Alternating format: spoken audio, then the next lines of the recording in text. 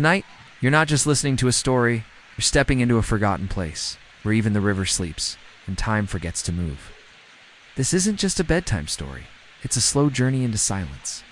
So lie down, close your eyes, and let the town of Silent River quietly pull you in. Just listen, and let sleep find you. Even the river sleeps. That is how you know there is magic in this place.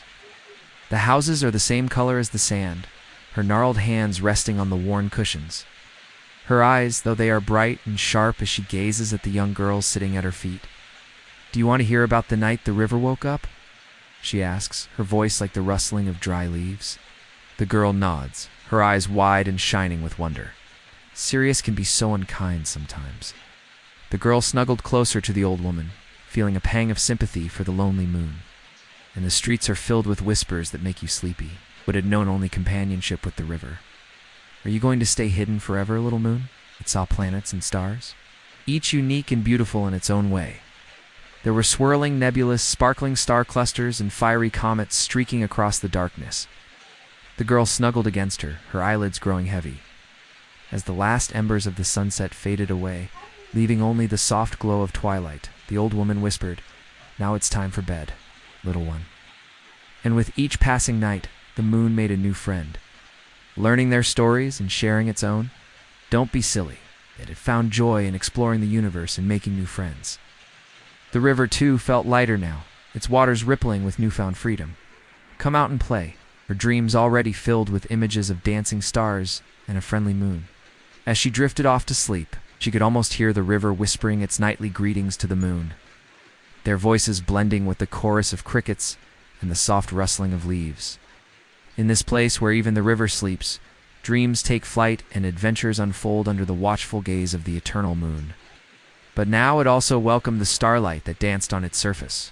Each twinkling point of light, a reminder of the moon's adventures and the friends it had made along the way. This time, the moon did not hide. Instead, it climbed higher in the sky, determined to find new friends. And now here was Sirius, a stranger, telling them to befriend others. The moon retreated further into itself, hiding its light behind the cloud veil. You can feel it in your bones when the sun dips below the horizon and the moon climbs up into the velvet sky. This is a place where dreams grow on windowsills and stories dance in the moonlight. The old woman leans back in her rocking chair. One night, a grumpy old star, Sirius they called him, grumbled from his place in the inky sky. "Why do you spend every night together? Don't you know there are other friends to be made?" The moon, startled by the sudden interruption, hid behind a veil of clouds, peeking out with shy curiosity. So the old woman began.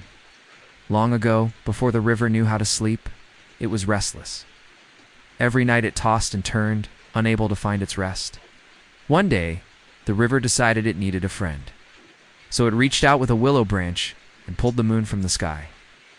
The moon, who had been lonely in the vast emptiness of space, gladly accepted the invitation. Together, the river and the moon shared secrets as the stars twinkled above. The moon told stories of dancing comets and shooting stars, while the river sang songs of the whispering reeds and the babbling brooks. They became the best of friends, and the river learned to calm its restless heart by counting the hours with the moon's gentle glow. As the old woman's voice echoed in the twilight, the girl felt a strange connection to this ancient tale. She looked up at the moon, now hanging like a silver coin in the darkening sky, and whispered, "Thank you for being our friend." The moon, as if hearing her, shimmered softly in response. But the peace did not last forever. "Oh dear," the old woman murmured, her wrinkled face creasing with concern. Indeed, the moon felt lonely. The next night, Sirius called out again. As the moon journeyed across the velvet expanse of the night sky, slowly the moon no longer felt the need to spend every night with the river. Every night, the river still greeted the moon with a gentle gurgle. In the stillness of the night, the old woman finished her tale. The girl yawned. The sun dips below the horizon, casting long shadows across the cobblestone streets. The wind, playful yet gentle, rustles through the leaves of the ancient oak at the center of town. For Amelia, it's always been the perfect time for reading. The hours between sunset and bedtime, when the world outside the window fades away and all that. Matters is the story unfolding between the pages of her book. Its branches, gnarled and twisted, reach out like arthritic fingers clutching at the fading light.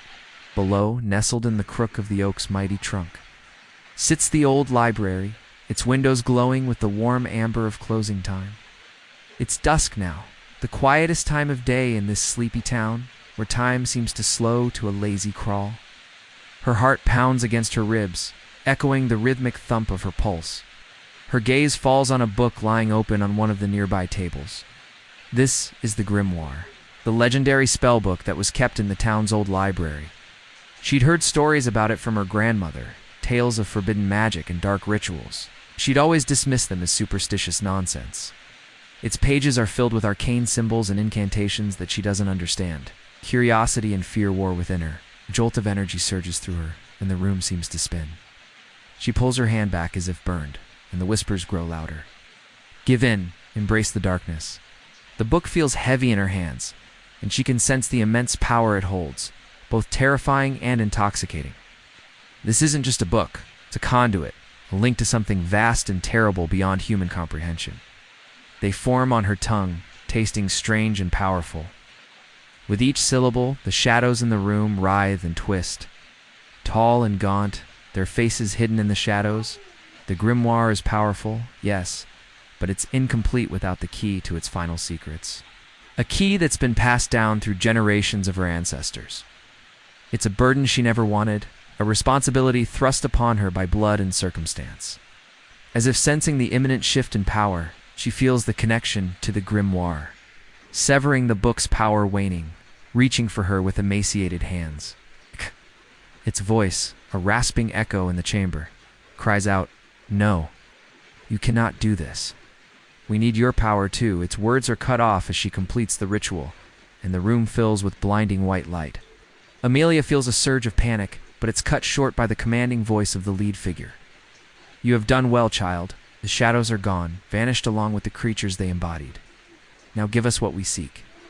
They seem to emerge from the very essence of the grimoire itself. Reach out like arthritic fingers clutching at the fading light. The sun has set now, plunging the town into darkness, broken only by the faint glow of the moon. For in this world where the veil between realities is thin, the battle for the soul of humanity rages on, fought not with swords and shields, but with whispered words and ancient lore. They move with an eerie grace, gliding through the room like phantoms. The forces that stir in the shadows will return, drawn by the scent of unease and fear. Not a tear of fear or sadness, but one of understanding. She realizes that the darkness she's embracing is not some external force, but a part of herself, a reflection of the shadows that lurk in the corners of every human heart. The air grows thick and heavy, charged with a raw energy that crackles between the bookshelves. The book is dangerous, she knows, but she can't resist its allure. The final word hangs in the air, vibrating with potent energy. The room is silent except for the pounding of her heart. Then the shadows begin to stir.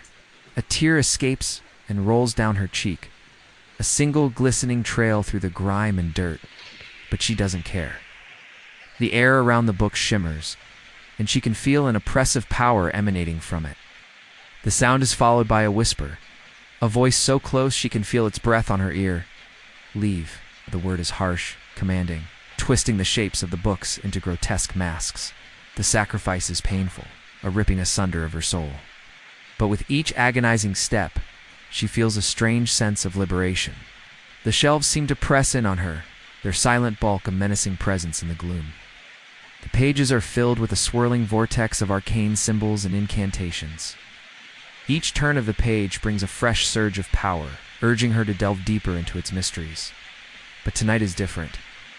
Tonight, the whispers of the ancient library beckon her closer. She can feel it in her bones, a pull towards the oak and the secrets it holds. As she approaches, she can hear the soft murmur of voices, carried on the wind like fallen leaves. They seem to emanate from the very walls of the building, from the heartwood of the old oak. No one is behind the towering oak desk or among the labyrinthine shelves. And yet she can still feel the weight of unseen eyes upon her, watching her every move. Amelia pauses at the entrance, hesitant. What is it about this place that calls to her so insistently? The musty scent of aged paper and leather greets her, a smell that usually brings her comfort. But tonight, It's mingled with something else, something sharp and metallic like blood. The old library has always been a sanctuary for Amelia, a place where she could lose herself in tales of faraway lands and forgotten times. But tonight, there's an undeniable energy here, a palpable tension that makes the hairs on her arms stand on end. Taking a deep breath, she pushes open the heavy wooden door and steps inside. The interior of the library is dimly lit by the flickering flames of a hearth at its far end. Shadows dance and flicker on the walls. As her eyes adjust to the dim lighting, she notices that the room is empty. A sudden noise, a floorboard creaking underfoot, makes her jump. Amelia whirls around, searching for the source of the voice, but sees nothing. She remembers now why this place had called to her, why she'd felt compelled to come here. Until now, the voice whispers again, this time a bit softer, but no less insistent. Touch it, child. Feel its power. Slowly, cautiously, she reaches out and touches the leather cover. With trembling hands, Amelia opens the book. The voice whispers in her ear, you have the power, child. Unleash it. And then she understands. The whispers crescendo, urging her on, and she feels her resolve crumble before the sheer force of their insistence. As the last rays of daylight fade, leaving the room in near darkness, Amelia finds herself succumbing to the whispers. In a voice that isn't hers, she begins to chant the words she's read. Her voice echoes through the chamber, growing in strength and power. They coalesce into shapes, twisting and turning, forming into figures that emerge from the darkness.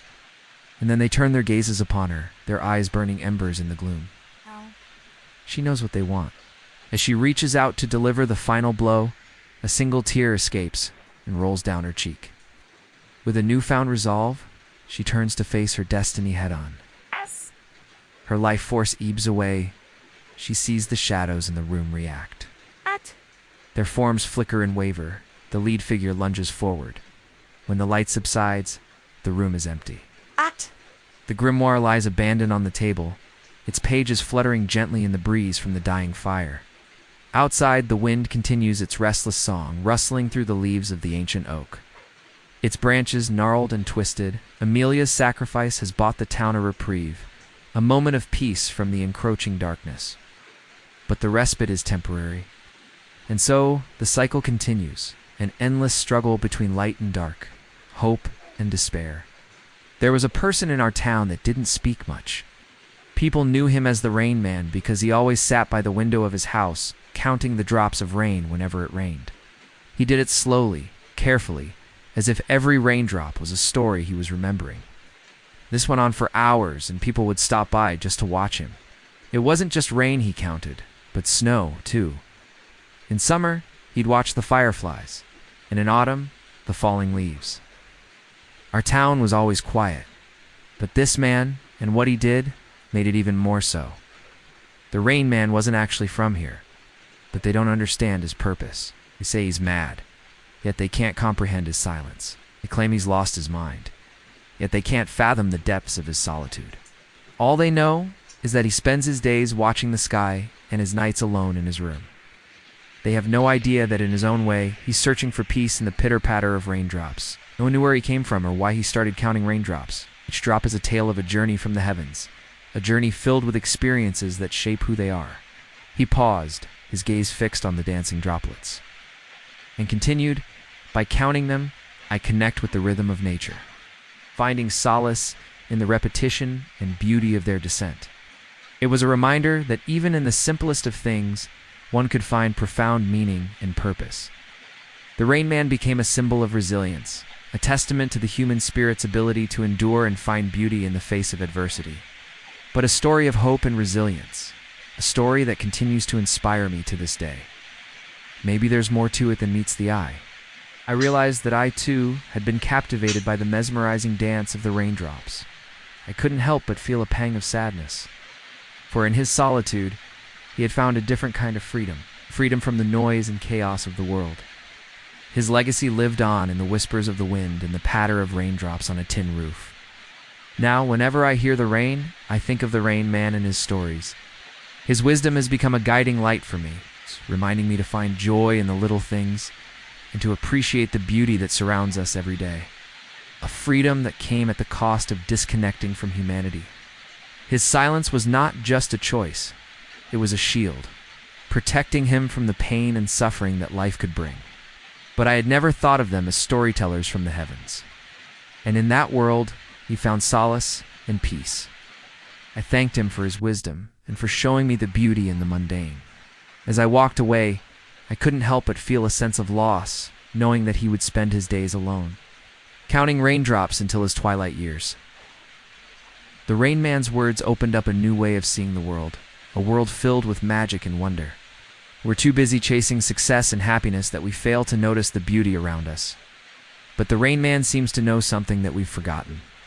I wanted to understand his purpose and unravel the mystery behind his peculiar hobby. As I approached him, his head turned slowly like an old record player, revealing a face etched with wrinkles and wisdom. His cloudy blue eyes seemed to hold a depth of knowledge that transcended the realm of raindrops and counting. He understands that true peace and joy can be found in the smallest details. The rhythmic drumming of the rain filled the air, creating a soothing melody that enveloped us in its peaceful embrace. After a moment of comfortable silence, he finally spoke, his voice a low rumble like distant thunder, like the soft patter of rain on a tin roof, or the gentle sway of leaves in the wind. Maybe he's onto something that we've all forgotten. Maybe he understands something about the universe that we've lost sight of. Some said he lost his voice and found peace in the rain, while others claimed he had a photographic memory and could recall every raindrop that fell on earth, but no one really knew. He finds contentment in the quiet rhythm of nature, and in doing so, he shows us a way to live a more peaceful and fulfilling life. I heard he moved here after a tragedy struck his family, and he needed a change of scenery. When I think about it now, I believe it must have been an awfully big tragedy. His body thin and shriveled like an old apple left out in the sun. His hair is long and unkempt, his beard reaching down to his chest. It covers his mouth, which is always pursed as if he's hiding a secret behind his teeth. I wonder if he still remembers those he lost. Does he often think about them when the rain falls? Perhaps he finds comfort in the rhythm of the water, a soothing sound that drowns out the echoes of the past. How else could someone find solace in something as mundane as rain? He must have truly loved his family. His cloudy eyes never seem to blink, staring blankly ahead as if the world outside holds some kind of magic. Even in the brightest sunshine, he keeps his eyes fixed on the sky, waiting patiently for the clouds to gather and bring forth the first drop of rain. Then he begins his ritualistic counting, whispering numbers that only the wind and the rain can hear. Maybe his wife or children died, and he was left all alone with nothing but memories. That's why he sits by the window, always looking up into the sky, as if searching for answers among the clouds. Or maybe he sees their faces in the raindrops falling from the sky. When I see him now, he looks frail and weak. He sits in a rocking chair by the window, gently swaying as he counts the raindrops. The locals call him crazy. I used to think he was crazy too. After all, who spends their days counting raindrops? But now, I'm not so sure. In our fast-paced world, we often forget to stop and appreciate the simple things in life. While the rest of the world rushes around like headless chickens, he remains calm and centered. While others chase fleeting pleasures and empty distractions, one day, I mustered up the courage to approach him and ask why he spends his time counting raindrops. With a gentle smile, he motioned for me to sit beside him, and I did, hesitantly at first, but then with growing curiosity. I count raindrops, he began, not just because they fall from the sky, but because they carry stories within them. As he spoke, I felt a sense of wonder wash over me. But as I delved deeper into his enigmatic world, his world was filled with raindrops and stories. Yet, there was something admirable about his dedication to his craft, his unwavering focus on the rhythm of the rain. And though his story may have ended with the setting sun, the story of the Rain Man is not just a tale of a peculiar man counting raindrops. The next part is one of my favorites, because it's so unlike the rest of the story. There is a little village, and it is really old, and it has a really old clock tower, and the clock only ticks once a day, and he lies there for a while longer before getting up and starting his day. He said, if you ever go to Alaska, don't take your watch off. You'll think it's broken because time moves so slowly there. So that's what happens here. You only know that it exists. It's like trying to remember a dream. You know that the dream had something to do with a clock, but you can't remember any details. And the more the story goes on without answering the question, the more mysterious the clock becomes. Remember the title of the story? The Once and Future Clock? It's already hinted at the idea that time is cyclical here. People are born and die, and the clock continues to tick. Seasons change, but the town remains the same. The story takes place over the course of a lunar cycle. I don't mean that the characters are literally trying to change the past. That's not possible. Instead, they're trying to understand it. They're trying to make sense of the events that have shaped their lives. The protagonist, for example, is haunted by the memory of his father who disappeared years ago. He doesn't want to change the past. He just wants to understand it. She's young and she doesn't remember anything about her father's past. All she knows is that he loves her and that he's the best father in the world. He needs to stop trying to change the past and start focusing on the future. He needs to focus on his daughter and the possibility of a new life. That's why he gives her the key to the clock tower. It's like he's handing her the keys to the town's future. He's giving her the opportunity to break free from the past and create a better future for herself. She doesn't understand why he's so obsessed with the past. She just wants him to be happy. And how will you use this knowledge in your own writing? Share your thoughts in the comments below. Also, please don't forget to subscribe. I'll see you next time. Bye. He wants to know why his father left and what happened to him. It's about the struggle to break free from the past and create a better future. The daughter represents the future. She's the one who can bring new life into the town. The father represents the past. He's the one who's holding them back. On the first day of the story, there's a new moon. By the third day, there's a full moon. This reinforces the idea that time is cyclical. It also connects the story to nature. He spends all his time in the clock tower surrounded by the ghosts of the past. And then at the end of the story, when he finally figures out what happened, he doesn't even care. It's like he's been so focused on understanding the past that he hasn't been living in the present.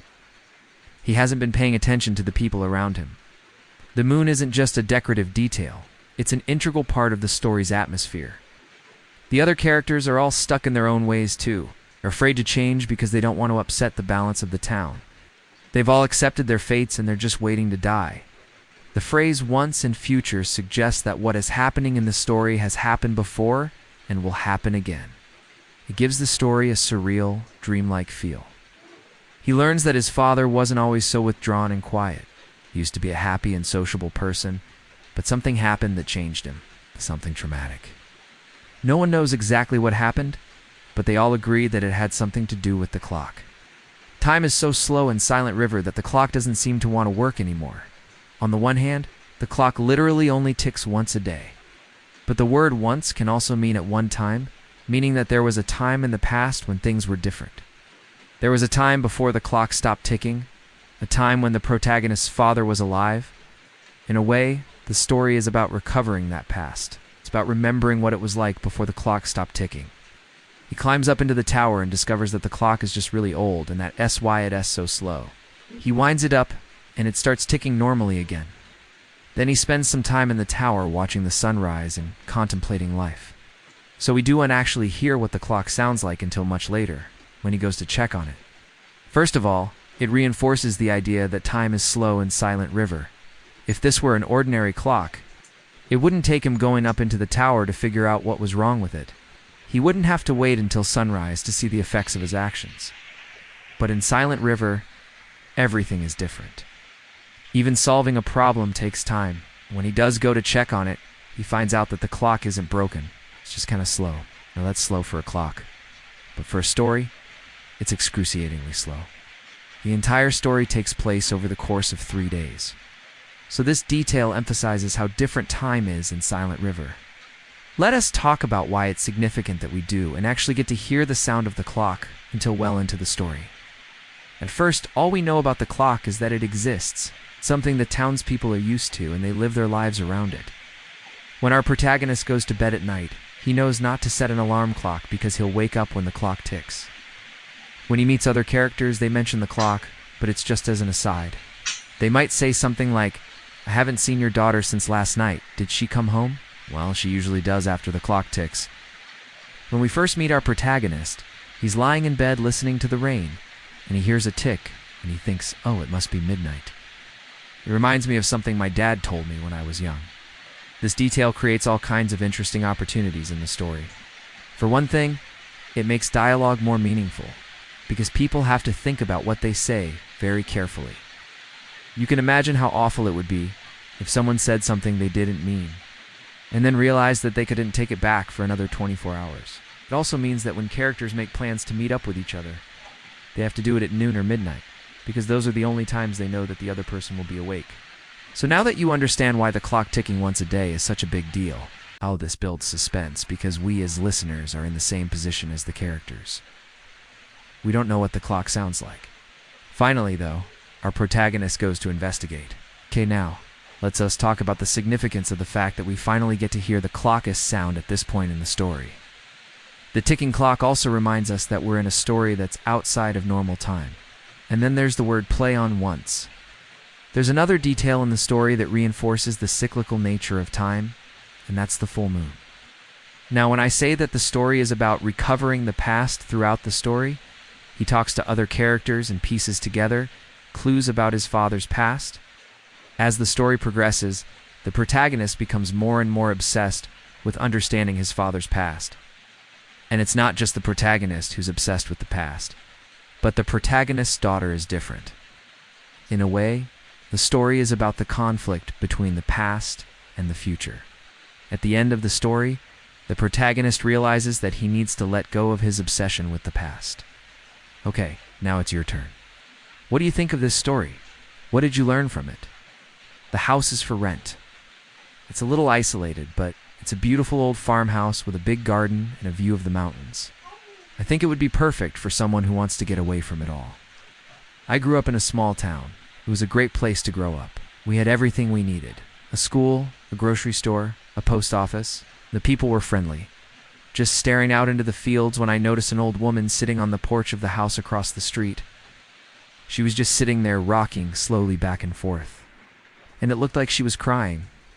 I knocked on the door and she stopped rocking and she turned her head and she looked at me. And then she slowly got up and she opened the door. All of my friends had moved away to bigger cities. I started spending more and more time alone. It got to the point where I could go days without talking to anyone. I'd probably seen her around town before, but I'd never spoken to her. But something about the way she was sitting there made me want to go and talk to her. It was the kind of town where everyone knew your name. But as I got older, I started feeling like there wasn't enough to do there. Here she was living in a house by herself in a small town with no friends or family around. Every time I went over to her house, though, she told me to go away, that she was fine. And that's when I really realized how bad things had gotten. Her house was dirty, and she was dirty. And then I just sat there and talked to her for hours. And it was clear that she hadn't bathed in days, but I could tell that she was just putting up a front. What if she was sick or something, and no one was around to help her? Her husband had died years ago, and she had no children. Her friends had all moved away or passed away. One day I was sitting on the porch of my house. Now, I didn't know anything about this woman. I brought her food and supplies, and I helped her with chores around the house. I was the only person who visited her, the only person who brought her anything other than loneliness. She had no one to turn to for help or comfort, so I got up and walked over to her house. The furniture was gone, and all of her belongings were piled up on the porch. I felt a deep sense of sadness come over me. "Hi," I said. "Are you okay?" She looked at me for a moment. "I'm fine," she said. "Just tired." I could tell that she was lying, but I didn't want to push her to talk if she didn't want to. So I just stood there for a moment, not saying anything. "Can I help you?" she finally asked. "I just thought you might want some company. Maybe someday it will be home to someone who finds peace here. Or maybe it will always be just another stop on the road to nowhere." No, I'm sorry," I said. She looked at me again for a moment. "Thank you," she said. "But I'm used to being alone." And then she closed the door. Well, I was taken aback by her rudeness, but I still couldn't help but worry about her. So I decided to check on her every now and then. One day I brought her some soup, and she actually let me come in. I helped her clean up, and I made her take the soup. It turned out that she was 82 years old, and she had lived in that house her whole life. We talked about all kinds of things, her life, her memories, her dreams, and as I listened to her stories, I realized that this woman had spent the last several decades of her life alone. As the years passed, I continued to visit the old woman. One day, though, I went to visit her, and her house was empty. A note was taped to the door, and I carefully peeled it off. It read, "Thank you for everything. I never saw the old woman again, but I often think about her and the quiet sadness that permeated the town. The town is for rent," the sign says. There's an old post office in Silent River. It hasn't received a letter in years, but the postmaster still comes every day. He knows there are none. He just waits, watching the sun rise over the rooftops of Silent River, watching the day begin in a town that has forgotten how to live. He cleans the counter and he waits silently. Years ago, people stopped writing letters and the mail service stopped coming to Silent River. Every morning he comes to the post office, his old and faithful workplace. His hair is white as snow, his eyes as gray as the sky. But every morning he puts on his uniform, a crisp white shirt and a black tie, and he takes the train into town. He works all day, cleaning the post office, makes a small fire in the hearth, eats a bowl of oatmeal, and sets out for work, eager to start another day of waiting in an empty post office in a forgotten town, arranging the furniture, checking the clocks, waiting. Then when the sun begins to set, he closes up shop, walks home alone, eats his dinner in silence, and goes to bed. The only one of its kind in a town full of modern conveniences, of sealing those words inside envelopes and dropping them into mailboxes. He dreams of a time when Silent River was a living, breathing town, a place where people cared about each other enough to send each other letters. He doesn't have a phone, so he doesn't know if anyone still lives in Silent River. Sometimes he sees a lone figure walking along the street, a stranger passing through, and he wonders if they remember what it was like to receive a letter. He wonders if they remember how to wait. But the post office remained, a building with peeling paint and a sign hanging by a single nail. And every morning the old postmaster shows up, dusts off the counter. People wrote letters. They sent packages. Ow. But the postmaster remembers. And while he waits patiently for the mail that will never come, he keeps the memory of letters alive. There were deliveries and collections, meetings and partings, births, deaths, and marriages, all communicated through the exchange of written words. This post office was the center of the town, the heart of the community. The postmaster knew everyone, and everyone knew him. Arranges the chairs, straightens the hats on the pegs by the door. The people gradually stopped writing letters, stopped communicating, stopped caring. They forgot what it was like to hold a pen, to dip their feathers in ink, to pour their hearts out onto paper, to seal their words inside an envelope, to lick the stamp and stick it on, to write the address and drop it into a mailbox, to watch it disappear inside the hollow steel tube, and then to wait for a reply. Checks the clocks on the wall, all 7 of them, then sits down behind the counter and waits. He doesn't wait for letters that will never come. Years ago, this was a bustling place. Then one day the mail service stopped coming to Silent River. The people of Silent River forgot how to write, and they forgot how to wait. They became restless, dissatisfied, discontent. Empty and silent except for the wind that whistles through the broken window panes and the occasional tumbleweed that rolls down the main street. They left Silent River and moved away, looking for new lives, new loves, new dreams in distant cities where neon lights shine and spaceships soar through the skies. And so Silent River became a ghost town, but the postmaster never left. The postmaster is an old man now. He dreams of letters, of people writing words on paper, and when he wakes up, the postmaster gets dressed. The people of Silent River may have forgotten how to write. There are some places that I really like to visit when I want to fall asleep. One of them is a place called Silent River. It's this little village down this dirt road, surrounded by cornfields, but also made you think about your mortality. You ready? I mean, it's not every day that you stumble upon a town that's straight out of a dream. It felt like stepping into another world. The dreamlike state lifted, and I was left standing in the middle of a silent river with no memory of how I got there. She was sitting on a bench under a tree. But if you listen closely to the wind whispering through the trees, it will lead you to it. Some people call it the wishing road, because if you walk down it, whatever you wish for will come true. If you did, I invite you to subscribe to my channel and join me on more adventures. Thank you for watching, and until next time, happy dreaming. But be careful, because the road can be tricky, and it can lead you astray. If you're not careful, you might find yourself walking forever without ever reaching your destination. But if you trust the process and let the road guide you, you might just find that your wishes do come true. and she was reading a book. And the sunlight was streaming through the leaves and dancing in her hair, making it sparkle like gold. There's a curiosity that bubbles up inside you, a thirst for adventure that you didn't even know you had. And then just when you think you've seen it all, when you think you've explored every nook and cranny of this magical place, you stumble upon something new and unexpected that takes your breath away. It's like Silent River is constantly surprising you, keeping you on your toes and wondering what else it has in store for you. And that's what makes exploring Silent River so exciting. You never know what you're going to find around the next corner. There's always something new to discover, something that makes you feel alive and full of wonder.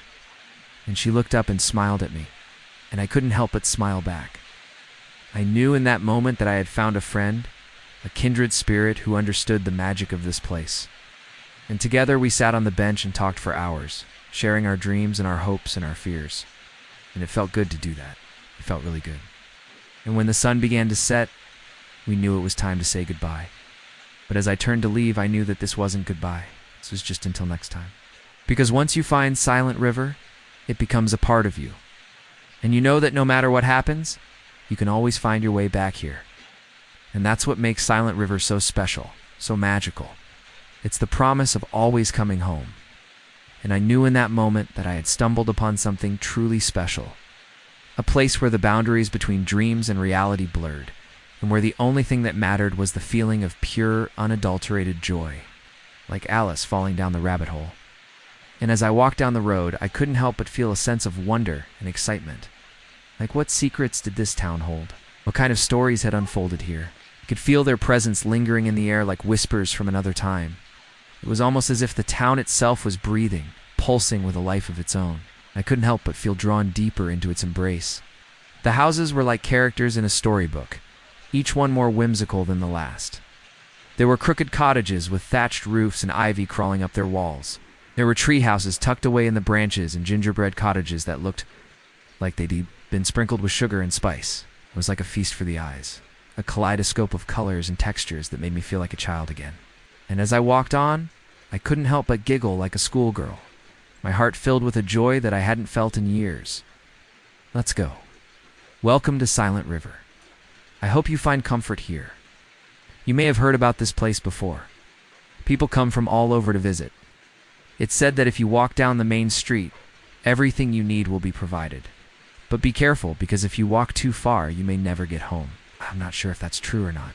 I've never gotten lost here, but I've definitely gotten close. I wanted to call it the Swans of Silent River. Okay, I have to tell you now why I chose this image for the cover. So basically, when I went to Silent River, I saw these two swans at the entrance. I thought, wow, this would be an amazing image to put on the cover, except I didn't have an image in mind yet. I didn't know what to do with it. And then I kept walking through Silent River and eventually came across this old abandoned house. It had a swing set out front, and there was a beautiful yellow dress on the swing.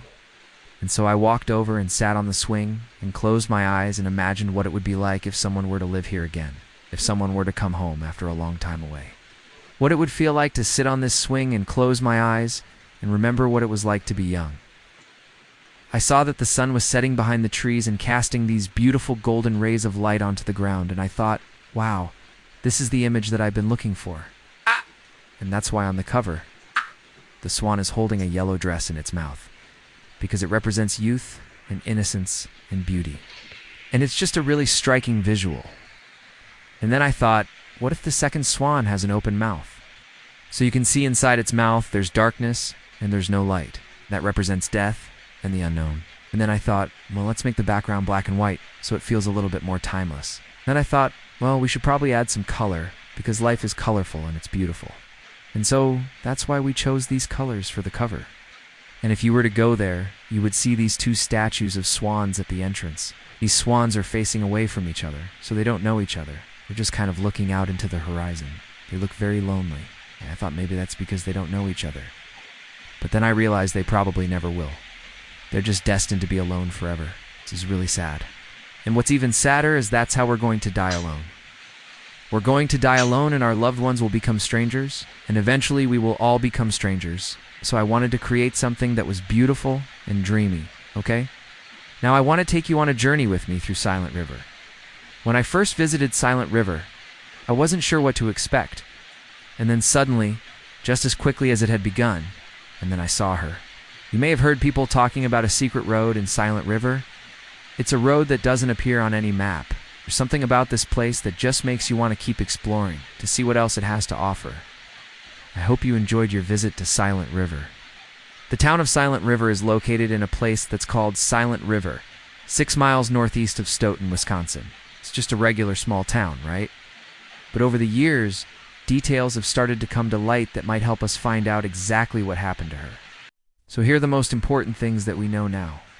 Almost every single year around this time, someone gets murdered there. Nobody knows who the killer is. That's because back in 2017, a 24-year-old woman was found dead in a quarry there. Her name was Catherine Melander. The police couldn't determine how she died right away, but an autopsy report would later show that she'd been hit in the head multiple times with a blunt object. Whoever killed her tried to make it look like she died accidentally by placing large rocks on top of her, attempting to weigh her down so she wouldn't float. Whoever did this knew their way around the quarry. They picked spots where the bodies would likely be found soon after being left behind. One person who was questioned was Catherine's ex-boyfriend, Adam. Like I mentioned before, he was one of the last people who'd seen her alive. And although he said that he hadn't seen her for a while, her friends told the police that he'd been sending her threatening text messages. This was because a witness had placed him at the quarry on the night of Catherine's murder. Not only that, but he had a criminal record. He'd been convicted for sexually assaulting a woman in Middleton, which is another city close to Silent River. The police searched his house and found several items that connected him to the crime scene, including the pink sweater that Catherine was wearing, some bloody jeans, a flashlight, a folding knife, and a hammer. Apparently he was getting mad that she was on moving in with him and was pressuring her to make a decision. But the police were unable to charge him. The witnesses are gone, and the evidence is too old to use in court. To this day, Catherine's murder remains unsolved. Whoever killed her got away with it. Why? Because none of the evidence could be linked to Catherine's murder. The sweater was never confirmed to be hers, and neither was the blood. As for the other stuff, well, anyone could own a flashlight and a hammer. And as far as the DNA evidence goes, it was never processed properly, and the chain of custody couldn't be verified. There was even one message from July 3rd that read, "You have until Friday to decide." Could this mean that he killed her after she rejected his proposal? Well, the police did question him about it, but ultimately decided not to charge him with anything.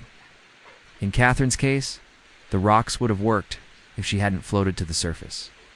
And in Cheryl's case, the killer actually called 911 and gave the operator detailed instructions on how to reach her house. He said that he'd witnessed the entire thing. It turns out that Lemaire and this other inmate, whose name was James, had planned to rob Cheryl's mom together. On the night of her murder, they went to her house, bound her with electrical cords, gagged her, and beat her to death. Afterward, they took her car and drove to Madison, where they abandoned it. But when the police searched her car, they didn't find any evidence that linked James to the crime scene. So he was released and has never been charged. The rocks were placed in such a way that they would have kept her under the water. But apparently they underestimated just how heavy rocks can be, because Catherine's body ended up floating anyway and was discovered shortly thereafter. As I said before, the police don't seem to think that this was the case anymore, but they did interview a few suspects. One of them was a man named Matthew J. LaMiller, who'd been convicted of killing 2 women in Minnesota, while Lemire was in prison. The police came to him with their theory and asked if he knew anything about these murders. Eventually, he confessed to killing all 3 women, but only because he wanted to be transferred to a Wisconsin prison where he'd be eligible for parole sooner. He was actually already serving 2 life sentences. So him confessing didn't really help anyone. And to this day, her murder remains unsolved. And many people believe that it was the work of a serial killer. Presumably because the killer changed their MO after each murder. When Catherine died, rumors started spreading about a mysterious hitchhiker who'd been spotted in the area. People started to believe that she was the victim of a series of ritualistic killings carried out by this very same individual. Some even thought that Catherine's own family had something to do with it, given that she'd only recently moved out of their home. But those theories were never taken seriously by the police, probably because there was no evidence to support them. Maybe they just concluded that it was 3 unrelated cases. Whatever the case, these murders shook the town to its core. It certainly seemed that way at first because the previous murders had a lot of similarities. In 2014, a 19-year-old girl named Brittany Zimmerman was found dead in her apartment. She'd been stabbed more than 30 times, and her killer was never caught. Then in 2016, a 50-year-old woman named Cheryl Mumm was found strangled to death in her home. Again, her murderer was never identified. There have been many theories about what happened to Catherine and who could be responsible. First off, Catherine wasn't from around here. She was actually living in Cottage Grove at the time. She'd only recently moved there after breaking up with her boyfriend Adam King. He was worried about her, though, because Catherine had started acting kind of strange after the breakup. According to him, she would call crying in the middle of the night, saying that people were trying to break into her house, and she could unsleep because she kept hearing footsteps outside. Adam told the police that he tried to convince Catherine to move in with him, but she turned it down. Didn't think that she was well enough to live alone yet. In fact, when Catherine's body was found, the police immediately notified him, and when he arrived at the scene, he said that he hadn't seen her for a while. Now, Catherine and Adam weren't officially together anymore, but they did still seem to care about each other. He was really concerned when she didn't answer his calls and texts. But it was also pretty weird that he claimed not to have seen her for a while, since she was reported missing only 3 days prior to being found dead. But then again, maybe he was telling the truth. You see, Catherine was last seen alive at a bar in Madison, which is a good half an hour away from Silent River. The police got the security footage from the bar and saw that she left alone at 1:30 a.m. on July. After that, nobody knew where she went. Her car was eventually found abandoned near the quarry, but there was no sign of her anywhere. They did, and even find her body until 2 days later, when a man was flying a drone nearby and noticed something suspicious in the water. It was Catherine's lifeless body. She had some serious injuries to her head, and she was wearing a pink sweater, blue jeans, and socks. As you can probably imagine, everyone in Silent River was pretty scared. This was the third homicide in 5 years. It all seemed to be the work of a horrible serial killer. But the police eventually ruled out that theory, and for a while it seemed like the whole place was cursed. Not to mention that the killer obviously knew what they were doing. So now let's take a look at the few leads that the police did follow up on. Then there was the possible serial killer angle. If anything, it just complicated matters. Because another inmate at the same prison heard what Lemaire said and made a claim of his own. What about the other murders, though? Did Lemaire really kill Brittany and Catherine? We'll tell you about the evidence next. After reviewing the evidence, the police decided to focus on another suspect, a man named Joseph. It all seemed pretty conclusive at this point. It seems like the police are no closer to solving the case than they were 5 years ago. Now go watch what really happened to Maura Murray, or click this other video instead. The old woman sat on the porch swing, its chains groaning in protest. The two mismatched dining room chairs were pushed together beside her, holding the weight of a picnic basket and a large straw hat. She watched the late afternoon sun slant through the trees, knowing she would soon have to go inside and start dinner preparations for supper. But she stayed on the porch, mesmerized by the view, slapping John on the back hard enough to make him grunt. At the time, John was a strapping young man with sandy blonde hair and eyes that twinkled like the stars in the night sky. Now his hair was shot through with silver, and his eyes held a lifetime of hard work and worry. Still, she loved him more than words could say. "This here is my oldest, Martha. Martha, this here is my John." She wondered how many times she'd witnessed this particular sunset in her 72 years. It seemed like hundreds, yet each was different. Wiping the sweat off his brow with a blue bandana. "How's my favorite girl?" her joints aching in protest, as she moved from the porch to the cool interior. She dropped the screen door shut behind her and started setting the table. Soon, the kitchen would be filled with the aroma of fried chicken, biscuits, and sweet tea. In an hour or so, the laughter of children and the conversation of adults would fill the house, he asked, kissing her temple. All the meals they'd shared in this very kitchen, the good times and the bad. The evening wore on, and the conversation flowed. They talked about Caleb's upcoming graduation, about the farm, about life. Her daughter-in-law told them about her new job, her eyes shining with excitement. Her son spoke of his plans for expanding the farm, his voice filled with confidence. And Caleb, well, Caleb talked about his dreams for the future, his hopes and aspirations. Through it all, this house had been their sanctuary, and this kitchen, the heart of their home, had been where the most memories were made. This was her family, and she wouldn't trade them for the world. The sunset blazed in the sky. "I'm sorry," he said, "but I have to get home. My phone died, and I need to charge it." She missed them, especially her mother. She didn't want to dampen the mood, not tonight. And the last of the fireflies faded from view, she found herself growing weaker. The familiar ache in her bones had become a dull throbbing, and the cool night air didn't bring any relief. She felt herself slowing down, not just from the heat, but from something else. Something she couldn't quite put her finger on. A day filled with promise and possibility. She stumbled to the window and looked out at the world, her heart filled with gratitude. Her eyes shining with love and gratitude. "I've loved every moment of my life with you. What a beautiful day it was. A perfect day to celebrate life." Tonight was a celebration of family, of love, of life. The familiar ache in her bones had become a dull throbbing, and the cool morning air didn't bring any relief. She knew that this was it, that today was the day she had been waiting for. She wiped away her tears as if someone had just left. Feeling the strength of his muscles beneath her fingers, the warmth of his skin, climbed higher and higher in the sky, chasing away the shadows and filling the world with light. The birds continued their joyful songs, oblivious to the quiet dignity that had fallen over the house. The wind rustled the leaves, whispering condolences only the trees could understand. She looked at her daughter-in-law, her heart swelling with love for this kind, gentle soul who had become part of their family. And then she looked at Caleb, her grandson, and her heart ached with a bittersweet pain.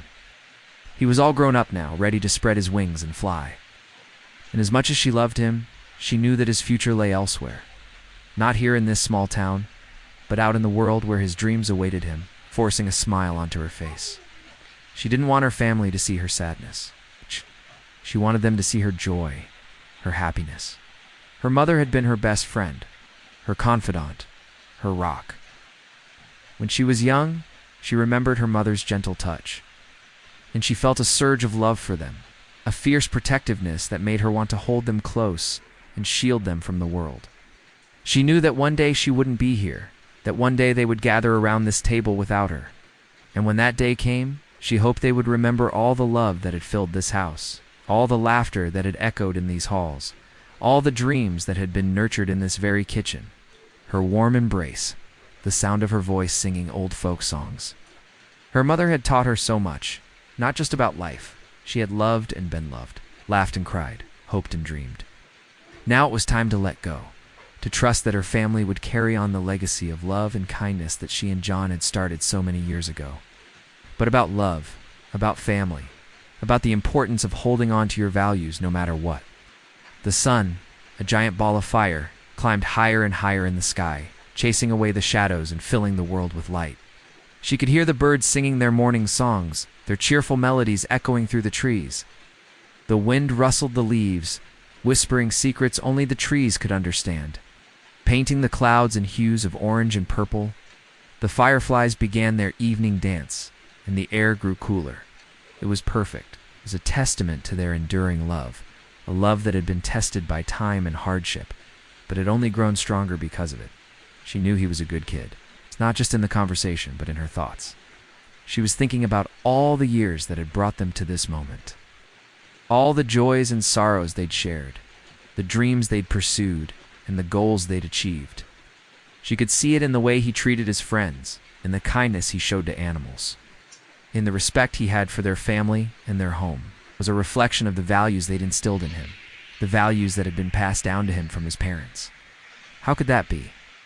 Caleb and his friends had returned from their game and were waiting for supper. She hurried to finish setting the table, her heart filled with a mother's pride and a grandmother's love. Both of them having come home after college, he reminds me a lot of you at his age. Heard the easy banter of young men enjoying their summer evening. As she stepped onto the porch, she saw the sight that made her heart soar. Her son and his friends were gathered around the table, talking and laughing. Her daughter-in-law sat beside her son, her hand resting lightly on his arm. Caleb was across from them, his face flushed from the game, his eyes sparkling with life. Then she heard something else, something that made her heart skip a beat. This was her family, the legacy she and John had created together. They had weathered so much, faced so many challenges, but they had never lost sight of what truly mattered: their family, their love for each other. It was the sound of her son's voice, deeper now, stronger, filled with the confidence that only came with age. And then there was the sweet lilt of her daughter-in-law's laugh. It was music to her ears. And her son had called to say he'd be bringing his girlfriend over for dinner, too. You go wash up. I'll get the table set. Soon, there would be 6 people sitting at their small kitchen table, eating her fried chicken and mashed potatoes, talking about their days. She liked that. She liked the idea of family, each with degrees in agriculture. That had made her father especially proud. How were things in the field? Hot and slow going. Back then, people in their small town didn't really think college was necessary for folks like them. Many of her friends had gotten married after high school and started families. Some had even moved away. But she and John had stayed in their hometown, built a house on her family's farm, raised their crops, raised their children, and now had their grandchildren living with them while they finished high school. She watched him shoot, watching the ball sail through the air and then disappear into the net. Her heart swelled with a fierce, protective love for him. His father, her son, had been born with a heart condition that caused him to tire easily. The doctors told them there was nothing they could do. Just let him live his life as normally as possible, they said. They had. He'd done his best to give Caleb all the opportunities he never had. Opportunities to play sports, to excel at academics. As she watched him walk away, she knew she loved him more than words could say. The love they shared had weathered storms that threatened to tear it apart, droughts, floods, the loss of their son's heart, the recent death of their only daughter, and still it remained strong. He wanted Caleb to have a better life than he did, to not waste his talents working the family farm like he had. Each one the same, and yet so different. There was beauty in the repetition, a comfort that came with it. Just as there was comfort in the feel of the worn wood beneath her on the swing, in the familiar creak of the rusty chains, in the smell of honeysuckle that drifted across the yard from the neighbor's house. It was a good life here. A simple life, but a good one. Her gaze drifted to the open field across the road where her grandson Caleb and his friends were playing a pickup game of basketball. She thought of her husband out in the field right now, too, planting soybeans. She knew he was probably tired, that the heat was probably making him slow down a little more than he wanted to. Didn't want to slow down. He was stubborn that way. But he was also kind. Kind to the land, kind to their animals, and most of all, kind to her. They'd been married 53 years. She still smiled when she remembered the first time her father had introduced them. John, her father, had said hi, she said, blushing as she looked at the ground. They'd met again after high school. Caleb had asked if he and his friends could stay for supper tonight. John came in from the field. "I'm good," she replied, leaning against him. "Same as always," he answered, his arm tightening around her shoulders. "It's almost supper time," she said, turning to face him. He nodded, his calloused hand cupping her cheek, before he headed into the house. She went into the house. She thought about the life they'd built together. The sound of voices and laughter drifted in from the porch. She heard John greet Caleb and his friends. She finished setting the table, smoothing the tablecloth one last time, before she turned to go out and greet them. A wave of emotion washed over her, a mixture of pride, joy, and gratitude. She joined them at the table, her heart full. As she listened to them, she felt a deep sense of contentment. Then suddenly, Caleb stood up. Of course, her son said, "Why don't you grab your things and we'll drive you home?" "Thanks," Caleb said, and he disappeared into the house. "He's a good kid," she said, watching him go.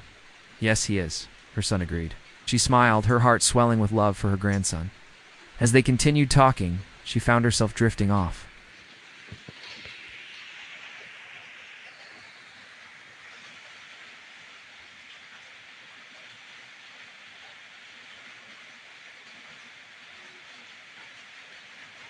She watched her family laughing and talking.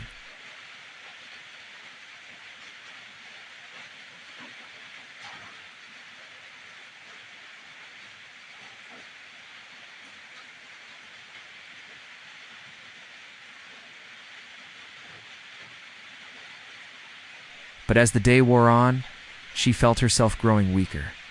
She called her family to her bedside, her voice weak but steady. "I love you," she whispered, and then, with her family gathered around her, she closed her eyes and took her last breath. The sun, a giant ball of fire, in the stillness of the morning, Surrounded by the love of her family, she had found peace. She was home, but the benches stayed warm. Hello there. In today's story, we're going to talk about a tree and the sound it loved. Once upon a time, in a little town nestled between rolling hills, lived a young girl named Lily. She had bright, curious eyes and an infectious giggle that echoed the tinkling of bells. Her days were filled with the simple joys of childhood, chasing butterflies, making friends with animals, and listening intently to the tales her grandmother would tell. One day, while playing in the garden behind their house, Lily stumbled upon a peculiar tree. Its branches were gnarled and twisted. As she did, the entire chamber began to shake, and the tree outside groaned as if in pain. Startled, Lily pulled her hand away, and the music slowly faded, leaving an eerie silence in its wake. Then from the shadows, a tiny, glowing creature emerged. It had large, luminous eyes, delicate wings, and its body shimmered with an otherworldly light. And instead of leaves, it had smooth, round pebbles embedded in its bark. "Lily, my dear," her grandmother said gently, "you must be dreaming. Trees don't make music, and magical creatures are only found in fairy tales." Disappointed, Lily realized that she might never be able to convince anyone of her adventure. So she kept it a secret, visiting the tree often and playing its music whenever she felt its longing in her heart. But as the creature approached, she noticed a deep sadness in its eyes. And Lily grew older, but she never forgot the magical world she'd discovered inside the music tree. Playing its music, the young girl with bright, curious eyes and an infectious giggle sat down beside her. Startled, Lily looked up and asked, "Can I help you?" The girl looked up at the tree, her eyes filled with wonder. "What's your name?" she asked. "Lily," came the reply. "And what's yours?" "I haven't got one," said the girl. "My people, they don't usually stop to chat with trees." "Oh," said Lily, smiling. "Well, I'm glad you did. My favorite tree needs its favorite sound, and you can help it." And so began an enchanting friendship between two girls who shared a love for the music tree and the magic it held. Together, they kept the tree healthy and happy, ensuring that its song would echo through the garden for generations to come. She carried the memory of the tree's song in her heart, knowing that even though others might not believe in magic, it existed all around them if they only had eyes to see it. "Why are you sad?" she asked softly. The creature turned its head toward the silent stone and let out a mournful sigh. Do you like this story? Let me know in the comments below. Also, please subscribe and share this video with your family and friends. Thank you for watching and listening. Take care and goodbye. "You found the missing notes," it whispered. "The tree will live again." As the final note faded away, a blinding light filled the chamber, and when it subsided, Lily found herself back in the garden. The tree stood tall and proud, its branches laden with sparkling new leaves that shimmered in the sunlight. And as she looked closer, she saw that the pebbles embedded in the bark were no longer dull and lifeless, but glowed with a soft inner light. "I am the guardian of this tree," it said in a voice like rustling leaves. "And for many years I have played this song to keep it healthy and happy. But now the tree is sick and the music has stopped." She returned to the garden every day to listen to the sound, asked Lily, her heart filled with compassion for both the creature and the tree. The guardian turned to her, its eyes filled with hope. Only someone who truly loves the tree and its music can play the song again. "Will you help me, Lily?" Didn't hesitate. "Of course," she whispered, reaching out to touch the cold, lifeless stone. Carefully, she began chipping away at the bark surrounding the pebbles. "Use this," it whispered, "and follow your heart." With the staff in her hand, Lily felt a surge of warmth and energy coursing through her body. Closing her eyes, she concentrated on the music she'd heard so many times before, letting the melody flow through her and guide her fingers across the stone. First, the notes were hesitant, unsure, but as Lily continued, the music grew in strength and beauty. With each stroke, the chamber filled with vibrant colors, and Lily could feel the tree outside stirring, its branches reaching towards the sky as if in a grand awakening. Inside, she found a cozy, dimly lit chamber. The air was thick with the scent of moss and earth, and the walls were adorned with sparkling crystals that glittered in the faint light. The center of the room sat a large, smooth stone, and it was here that the enchanting music originated. As Lily circled the stone, she noticed a series of smaller holes drilled into its surface, each emitting a different note when tapped. It was as if the tree itself were a giant xylophone, hoping to find a hole leading to the center of the tree. As the chips of bark fell away, revealing a hollow space behind them, Lily's excitement grew. With each scrape, the music swelled, and soon she could see a round opening just large enough for her to squeeze through, which seemed to emanate from deep within the tree's core. She'd sit for hours, resting her back against its rough bark, closing her eyes and swaying gently as the melody resonated through her body. The music was mesmerizing, and Lily couldn't help but feel a deep connection to the tree. It became her sanctuary, her place where she could escape the everyday and lose herself in the magic of the music. Intrigued, Lily reached out and touched one of the pebbles. As she did, a deep, resonant sound reverberated through the tree, like the slow, steady beat of a distant drum. Startled, Lily jumped back. The sound was so unexpected, and the tree so strange that she decided to keep it a secret from everyone, including her beloved grandmother. Days turned into weeks, and Lily's fascination with the tree grew. One day, overcome with curiosity, Lily resolved to discover the source of the music. Without hesitation, Lily crawled through the hole. Suddenly, the largest hole emitted a deep, resonant tone, and Lily instinctively placed her hand over it. Startled by the sudden appearance of this magical being, Lily couldn't help but take a step back. "Is there anything I can do to help?" she did. The guardian fluttered closer, placing a tiny glowing staff in her hand. Suddenly, the guardian landed on Lily's shoulder, its eyes shining with tears. Overjoyed, Lily raced to tell her grandmother about her incredible discovery. But as she shared her tale, she noticed a puzzled expression on her face. Years went by. One day, as Lily sat beneath the tree, and that's the end of our story. The thing about being an architect is that you always have your eyes peeled for anything interesting. So whether it's something to do with building or construction, or even just how light plays across the interior of a space. And so we were passing by this one car park, and there was this amazing light coming through these gaps in the concrete floor. And then I looked up at the floor above and I noticed that they were doing some kind of restoration work. So I walked over to the side and I had a look through the broken window and I noticed this incredible ceiling above. This is it. This is the kind of place that I'm looking for because it's representative of this tropical climate that exists here. It's representative of the culture of sharing and community. It's representative of this idea of bringing nature into built environments. I mean, isn't that the dream? At the end of the day, don't we all want our homes to feel more like this? I think it says something quite powerful about the relationship between humans and nature. Because isn't it strange that we build these concrete jungles and then we forget about nature? We get caught up in the hustle and bustle of everyday life, forget about the things that really matter to us. And then sometimes, just like in this case, something happens that brings those things back into our lives and reminds us of what's important. We forget about the importance of being connected to the natural world around us.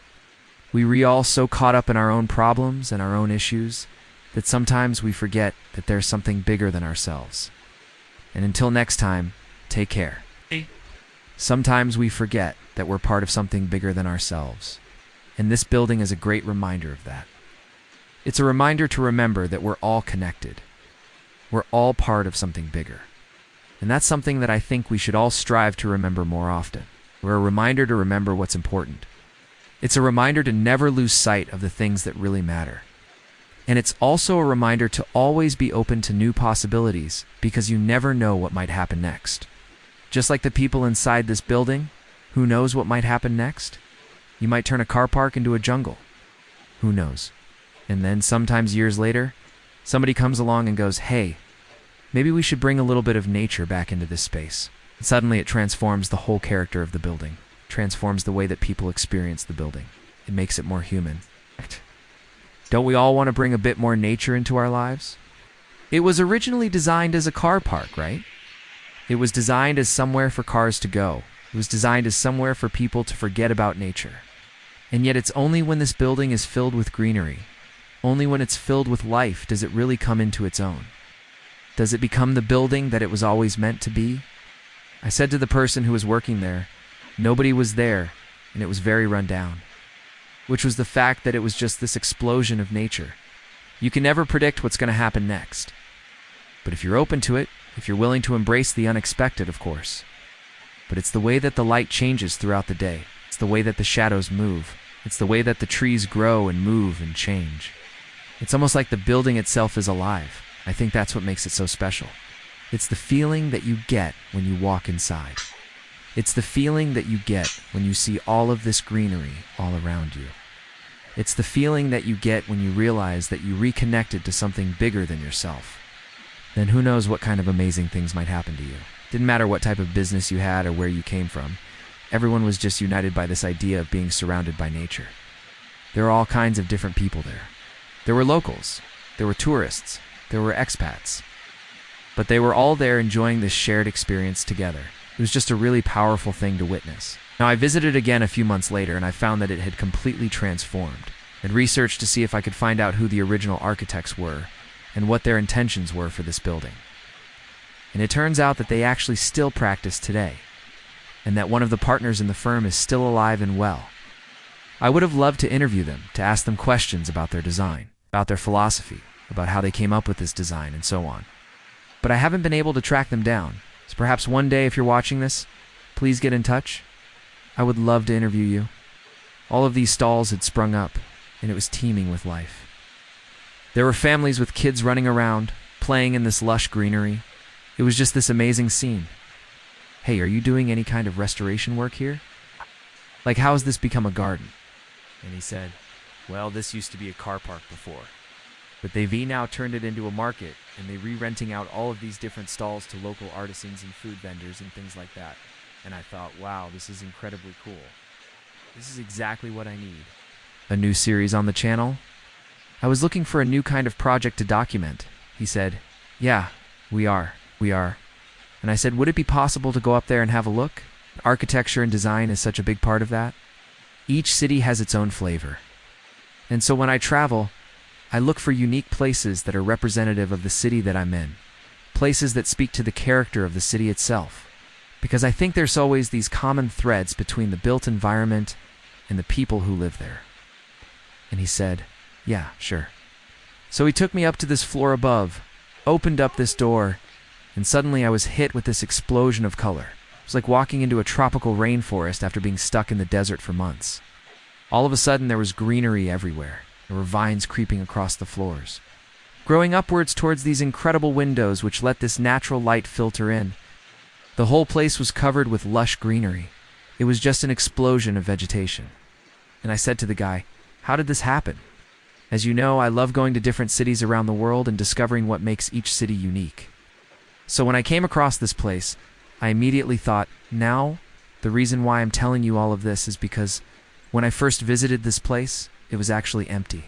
But what I really wanted to capture in my film is the essence of this place.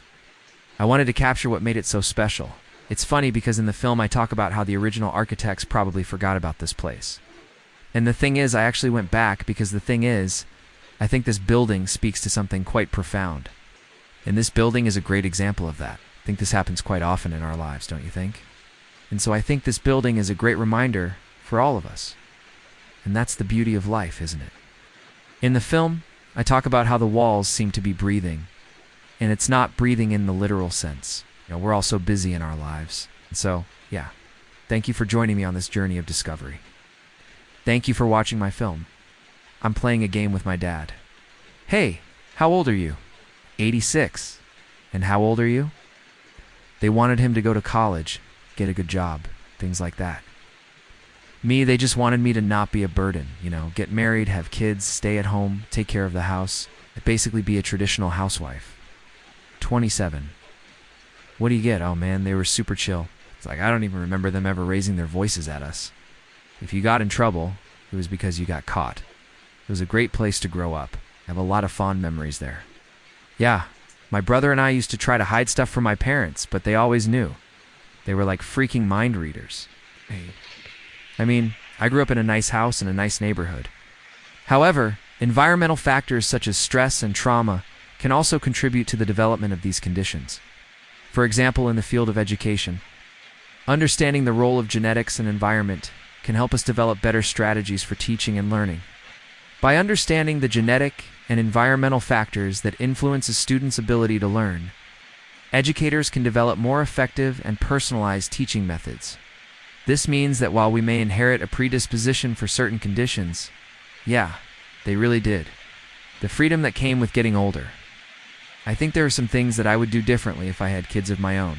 But overall, I had a good childhood, and I think a lot of that is due to the way that my parents raised me. As I got older, I was given more responsibilities and allowed to make more decisions for myself. They gave me a lot of opportunities that I may not have had otherwise, and they always supported me in my endeavors. I had a great childhood, and I'm grateful for the way that my parents raised me. We would all get together and play board games and swim in the pool. It was so much fun. Of course, there were times when I felt like they were too hard on me. My parents taught me the importance of hard work and perseverance. In other ways, no. I think I was somewhat sheltered and naive. But ultimately, I know that they were doing it because they wanted the best for me. I really valued that autonomy, and it helped me to develop into the person I am today. Honestly, don't remember a time when they weren't pushing me to excel academically. It was until I got to college that I realized that most people didn't have to deal with the same pressure. I felt like a bit of a freak, because I was so used to it. Our actual risk is influenced by the environment we grow up in. We never had enough money to go on vacations or anything like that. We were fine. There were other things that I would have liked to change. I wish I'd spent less time worrying about what others thought of me, and more time being myself, I guess. I guess they were kind of strict in a way, because if you weren't doing something... When I turned 18 and graduated high school, I felt like it was a real turning point in my life. It was the first time that I was truly on my own and responsible for making my own decisions. It was scary, but also exciting. I think it really helped me to grow up fast. You were outside the house doing something, chores, yard work, you were always busy. 59-year difference. Yeah, it was, I guess. It's for sure. Both of my parents are amazing cooks, and I love to cook too. I got that from my mom. I'm also really competitive. I hate losing. I got that from my dad. I mean, there were definitely downsides to it, don't get me wrong. But yeah, it was definitely a happy childhood. My parents had somewhat high expectations, not in my case. My oldest brother, he was always one. He got all the trophies and the awards. I was kind of the middle child, so I got nothing. There has been a consistent debate on whether nature or nurture plays a bigger role in a person's development. Nature refers to all the genetic traits and characteristics that are passed down from parents to their children. Nurture, on the other hand, refers to the influence of the environment, upbringing, and experiences in shaping a person. My youngest brother, he was always in the principal's office. Oh yeah, my parents were definitely on my case a lot. We now have the ability to study the impact of genetics on our behavior and development. Studies have shown that genetics plays a significant role in determining our physical traits, such as height and eye color. However, when it comes to more complex traits and behaviors, the picture becomes more nuanced. Researchers have found that many traits are influenced by a combination of both genetics and environment. This means that while we inherit certain tendencies from our parents, our actual behavior and development is shaped by a complex interplay of nature and nurture. But it also motivated me, wanted to prove them wrong. But nothing compared to your straight A's. I don't even remember what grade I got on my report card last semester. We could probably find out by looking at my transcript, though. Why are we talking about grades again? I didn't realize this until I got older, but I think my parents really pushed me so hard because they wanted me to succeed where they failed. I know that my grandparents had really high expectations of them, too. It must have been a lot of pressure. That is wild. He's one of 7 kids, so he had a lot of siblings to beat out. I have 2 brothers, both younger than me. I think having a big gap actually helped me. It made me feel like an only child sometimes, because I didn't really have anyone to compete with for attention or anything like that. Now, I got a little sister who's 13. She's pretty cool. And so when we were growing up, we had different expectations of us from our parents. So did your parents have high expectations of you? I would say they had very high expectations of me. They expected me to get straight A's, play sports, play piano, be in the marching band, you name it, I was doing it. And if I didn't do all these activities well, I wasn't allowed to add any more activities because they felt like I wasn't being efficient with my time. That's really intense. Yeah, but you can always count on your siblings for support, right? What were your parents like? It seems like a pretty wholesome childhood, though. Did you learn anything valuable from your parents? How would you describe your childhood home? If you could change anything about your childhood, what would it be? Honestly, I wouldn't change a thing. I had a great childhood. So, throughout history, with advancements in technology, for example, studies have shown that genetics plays a role in determining our risk for certain mental health conditions. The debate on nature versus nurture is not just an academic exercise. It has real-world implications for how we understand and treat people. So did your parents have high expectations of you? What was your favorite part of growing up? Is there a defining moment in your childhood? Do you think your parents did a good job? I think they did the best they could. Would you raise your kids the same way your parents raised you? B. If you could describe your parents in 3 words, what would they be? Supportive, loving, strict. What advice would you give to your younger self? Date. To stop worrying about what others thought of me and to start being myself. What's the most important thing you learned from your parents? That it's okay to ask for help? If you could change anything about how you were raised, what would it be? Hey, nothing. What's your favorite memory of growing up? Summers at my grandparents' house. How would you describe your childhood home? It was always filled with love and laughter. Do you think your childhood prepared you for the real world? In some ways, yes. What's the most valuable lesson you learned from your parents? That it's okay to be vulnerable and to show your true colors. If you could give one piece of advice to your parents, what would it be? Thank you for everything. This has been my story. If you enjoyed this video, please subscribe. And remember, every story matters. The 4th level is called Rapture, and it is where you get your powers. There's actually 2 ways to get your powers in this game. The first way, which is the way most people do, is you go up to the orb at the very top of the room, and once you reach out to grab it, it will shoot across the room, and you can jump into it. You have to time it correctly so that you're not moving when it shoots back across the room, because if you are moving, it will actually despawn. So you have to wait until the moment that it shoots across the room, then jump into it to be able to grab it and get your power. Now the second way, which a lot of people don't know about, is that there's an Easter egg to actually receive your power without going through the portal. You want to move forward while you're blinking? You can actually press W while you're holding down M1, and you'll blink forward. The first way is actually easier, but it takes longer. The second way is harder, but quicker. For the first way, all you've do is just continuously blink around the outside of the room until you get to the top where the orb is. So if you hold down M1, press G, and then jump before you teleport, you'll actually travel a lot farther. This is the best way to get to the orb. So just make sure to keep that in mind. That's really it. It's just kind of time consuming and annoying because you have to do it so many times. The one that you just saw was the normal one. But there is also a turret that shoots fire. And it is a little bit harder to stun because it shoots fire constantly and it keeps you on fire.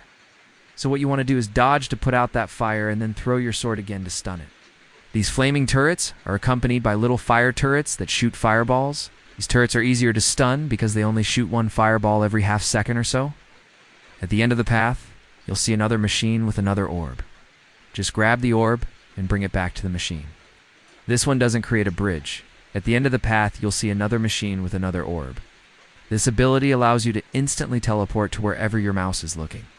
It's a very powerful ability and it's also extremely fun. Make sure to use this one often. Grab the orb and bring it back to the machine. This one will create a small bridge for you. At the end of the path, you'll see another machine with an orb. Grab the orb and bring it to the machine. This one doesn't do anything, but it does reveal a secret passageway in the wall. It's a very powerful weapon and it's extremely fun to use, so make sure you pick it up. At the end of the path, you'll see a door.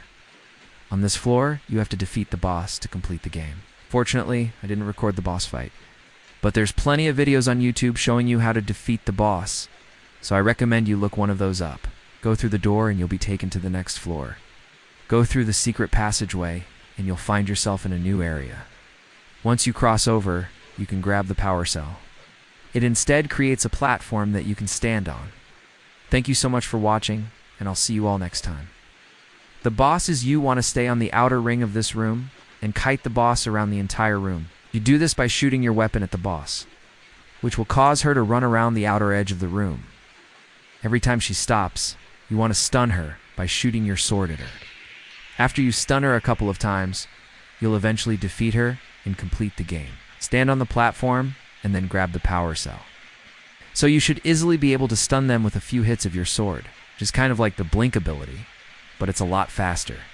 It also consumes less energy and has a shorter cooldown. Basically, it's better than the blink ability, so make sure you use this one instead. Now, if you haven't gotten the power cell yet, you have to be careful because enemies will spawn after the orb shoots across the room. At the end of the path, you'll see another machine with another orb. It does the same thing, except it's a lot stronger and has a smaller cooldown.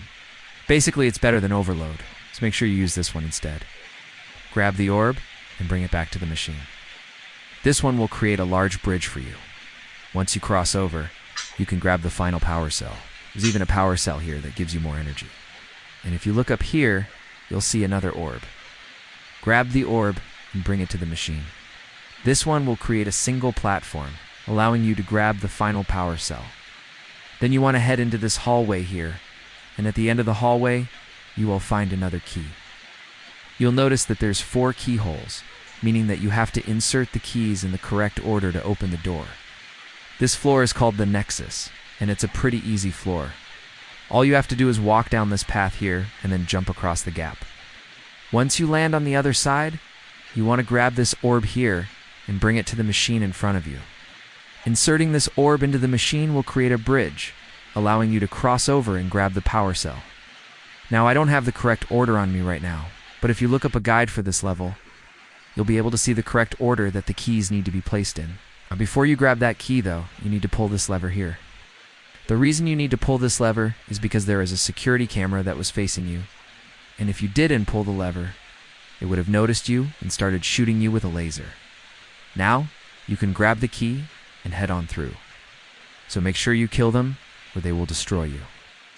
Once you jump into the orb, you'll get your class ability, and you'll get sent down to the next floor. If you press S, you'll blink backwards. To activate overload, you just want to hold down M1 and then press G. This will charge up your sword and release a shockwave that damages enemies and knocks them back. It's a very powerful ability, and it has a really fast cooldown, so make sure to use it often. Then you want to blink up to the second pillar and hold down your M1 button. As soon as you hit the pillar, you want to start moving left or right. And by doing this, you're actually going to bounce off the pillar and allow you to blink higher. So you want to keep doing this left and right as you're bouncing up the pillar. Eventually you'll get to the top where you can blink to the orb. And if you press A or D, you'll blink left or right to do the blink attack, which is one of the best attacks in the game. You just want to hold down M1.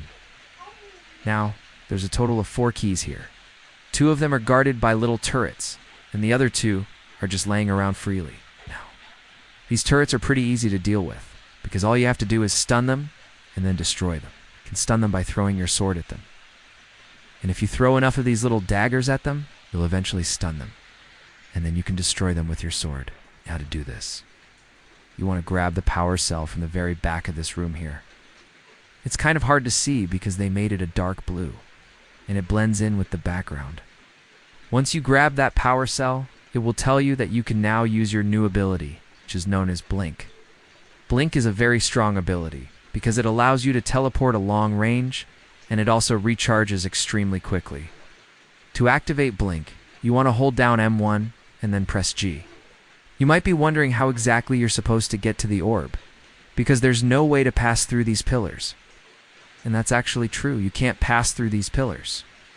But what you can do is go around the outside of the room, and there's platforms above the pillars that you can stand on. Now the issue is getting to those platforms because they're so high up.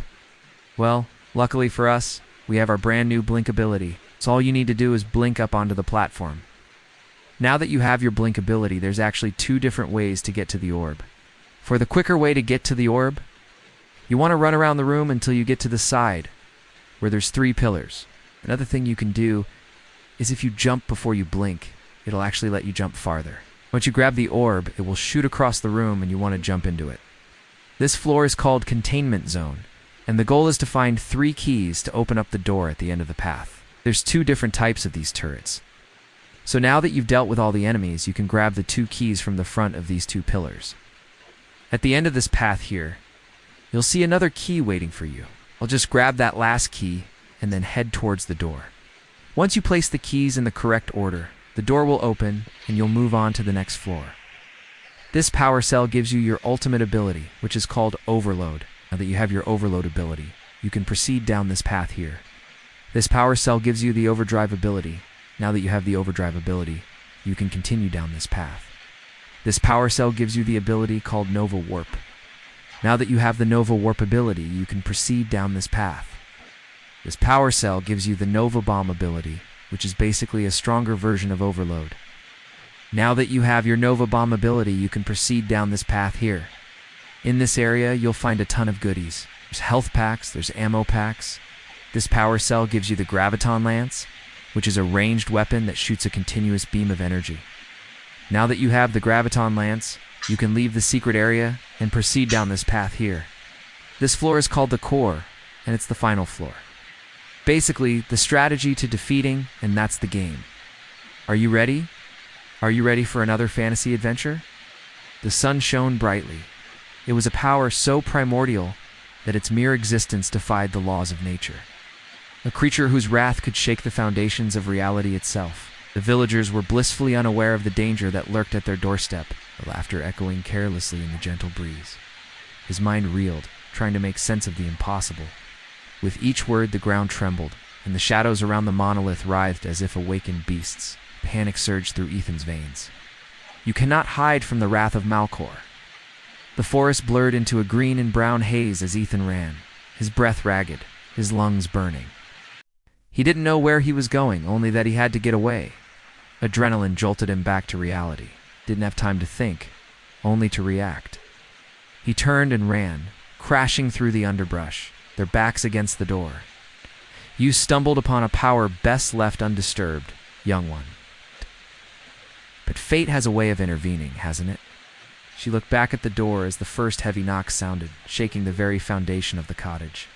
Now we must stand together, not just for ourselves, but for all of Oakhaven. They could hear the approaching footsteps, each one echoing the doom that was drawing near. Ilara drew a deep breath, her fingers tracing the hilt of a dagger hidden beneath her cloak. Malcor's claws raked across Ethan's arm, tearing through flesh and bone with agonizing ease. He stumbled back, his eyes blazing with hatred as he looked at Ilara and then at Ethan. His form flickered, becoming translucent, his essence slipping away. A scream caught in Ethan's throat as pain seared through his body. But even in his agony, he saw the opportunity. I am Malcor, and my return has only just begun. The immediate danger had passed, but the victory felt hollow. Finally, Ilara seemed to come back to the present. She moved towards Ethan, her steps cautious, her gaze intent on his injured arm. The gash was deep, the bone clearly visible, their faces grim, their voices carrying the weight of the prophecy they had just uncovered. The villagers listened, their expressions shifting from disbelief to dawning horror. As the tale of Malcor's return unfolded, was a story that chilled the very marrow in their bones, casting long shadows of fear across their once peaceful lives. Always listening for the telltale signs of Malcor's return. A blood-curdling roar that seemed to peel the very skin from the hillsides tore through the air, sending a flock of birds into panicked flight. A massive figure materialized, their formation a bulwark against the encroaching darkness. Ethan fought with a ferocity born of desperation and love. With each swing of his sword, he pushed back the darkness, driven by the memory of Ilara's gentle touch and the hope that their love would one day mend his broken past. Their weapons held high. The thought of losing her in this maelstrom of violence struck him like a physical blow. Stealing his breath, amplifying his fear, he called out her name, his voice hoarse with panic, but his words were lost in the din of the battle, his form shattering into a million pieces of darkness. The remaining villagers cheered, their voices echoing with the joy of victory and relief. The ordeal had tested their strength, their courage, and their unity, forging bonds that would forever bind them together. Their faces grim masks of resolve. The wounds of war were deep, but the spirit of the village ran deeper. Ethan and Ilara, their bond strengthened by the trials they had faced, stood as symbols of hope, their love a beacon in the darkness that had threatened to consume them. The idyllic peace of the village was restored, but it was a peace earned through sacrifice, courage, and an unwavering belief in the power of love. As Malcor advanced, his monstrous followers flanking him, they had stared into the abyss of despair and emerged victorious. Their love, tested in the fires of adversity, had only grown stronger. The scars they bore, both physical and emotional, were testaments to their courage, serving as reminders of the darkness they had overcome. Their bonds unbreakable, their spirits unyielding. They knew that their journey was far from over, that new challenges and adventures lay ahead. But for now, in this moment of shared triumph, they basked in the glow of their hard-earned victory, the cheers of the villagers echoing in their ears, a melody of triumph and gratitude. The prophecy had been averted, and their village, their home, was safe. The battle for Oakhaven began, his form coalescing from shadows and malice. Standing tall and menacing, he surveyed the village with eyes that burned like molten gold. His presence alone, an aura of impending doom. Behind him, the forest stirred. Ethan fought on, his sword flashing, his movements a blur of focused aggression. Alara and Ethan stood panting, their armor dented, their bodies bearing the scars of the battle. But their eyes met, and in that shared gaze, they found solace, strength, and the promise of a love that would endure even the darkest of times. Reaching Alara, he helped her dispatch the remaining creatures, their combined might proving too much for Malcor's minions.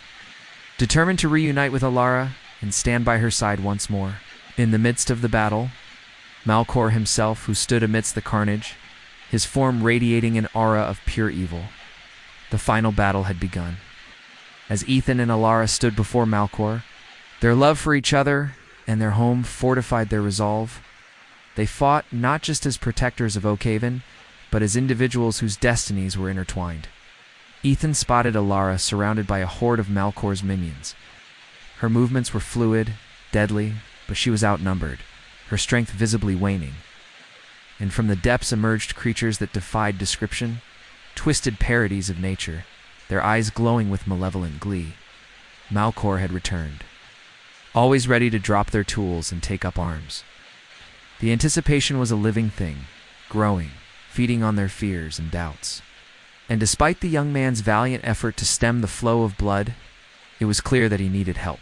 Led by Elara's unwavering spirit and bolstered by Ethan's courage, began to prepare for the inevitable confrontation with the ancient evil. The idyllic tranquility of Oakhaven was shattered. The carefree laughter was replaced by the urgent clang of hammers on steel, the rhythmic thump of catapults being assembled, the murmur of strategizing voices. Her gaze flickering to Ethan, her expression filled with concern, readying itself for the coming storm. Among them, Ethan trained tirelessly, honing his skills, learning to fight with a sword and shield, preparing to play his part in the defense of his village. Every swing of the sword, every thrust of the shield was a testament to his resolve, a silent vow to protect his home and the woman who had become its center. Ethan flinched slightly, his eyes wide, but he nodded mutely, trusting the protector to help him. As Alara tended to his wounds, the full weight of what they had just faced crashed down on him. Malcor was gone, but the battle was only the beginning. Slowly, she lowered her dagger, the image of Malcor's fading form still imprinted in her mind. Ethan slumped against the wall, his injured arm throbbing, his face pale with pain. Lara stood frozen, her dagger still clutched in her hand, her eyes distant, lost in the echoes of the battle. "What do we do now?" he asked, his voice raspy. Alara's gaze hardened, her earlier concern replaced by grim resolve. "We warn the villagers," she said, her voice ringing with urgency. "Malcor may be powerful, but he cannot win a battle with an entire village against him. We must rally the people, prepare for his return." With that final threat, his form shattered, dispersing into motes of shadow that drifted to the corners of the room.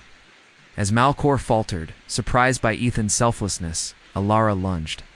Her dagger flashed in the dim light, finding its mark in Malcor's chest. "I knew this day would come," she murmured, more to herself than to Ethan. "The balance is broken and Malcor is loose." Before either could react, he was upon them, his claws extended, ready to rip, ready to tear. In the ensuing chaos, Ethan acted on instinct. Just before Malcor's claws connected with Alara, he threw himself between them, his heart pounding a frantic rhythm against his ribs. Together, they braced for what was to come. This was a fight he never sought, yet here he was, caught in the crosshairs of an ancient evil. "How can I help?" he asked, his voice echoing the urgency of the situation. Back in the forest, the air crackled with dark energy as Malcor emerged from his ancient slumber. "When the time comes, you will know what to do. Until then, stand strong and hold your ground." Suddenly, the door splintered, giving way to the relentless assault. And from the shadows behind, Malcor stepped into the room, his eyes gleaming with triumph. His form coalesced from shadows, taking shape with terrifying slowness. It was a grotesque parody of a human form, twisted and warped by an unimaginable age. Your kind always makes the same mistakes. You awaken me, and then when I rise, you seek to contain me. It's a game as old as time itself, and you never win. Was he losing his sanity, or was something truly supernatural happening? With a burst of renewed energy, he stumbled towards it, his hand reaching out for the door. It's coming for me. The woman's surprise gave way to concern. Her gaze shifted from Ethan's frantic face to the darkening woods, a flicker of understanding dawning in her eyes. A cruel smile like a guillotine split his face, revealing teeth that were more fang than incisor. The prey has found shelter, he rumbled, his voice echoing the finality of a death knell. But can the rabbit outrun the fox, and the lamb outsmart the wolf? Without a word, she reached out, her touch surprisingly firm on Ethan's arm.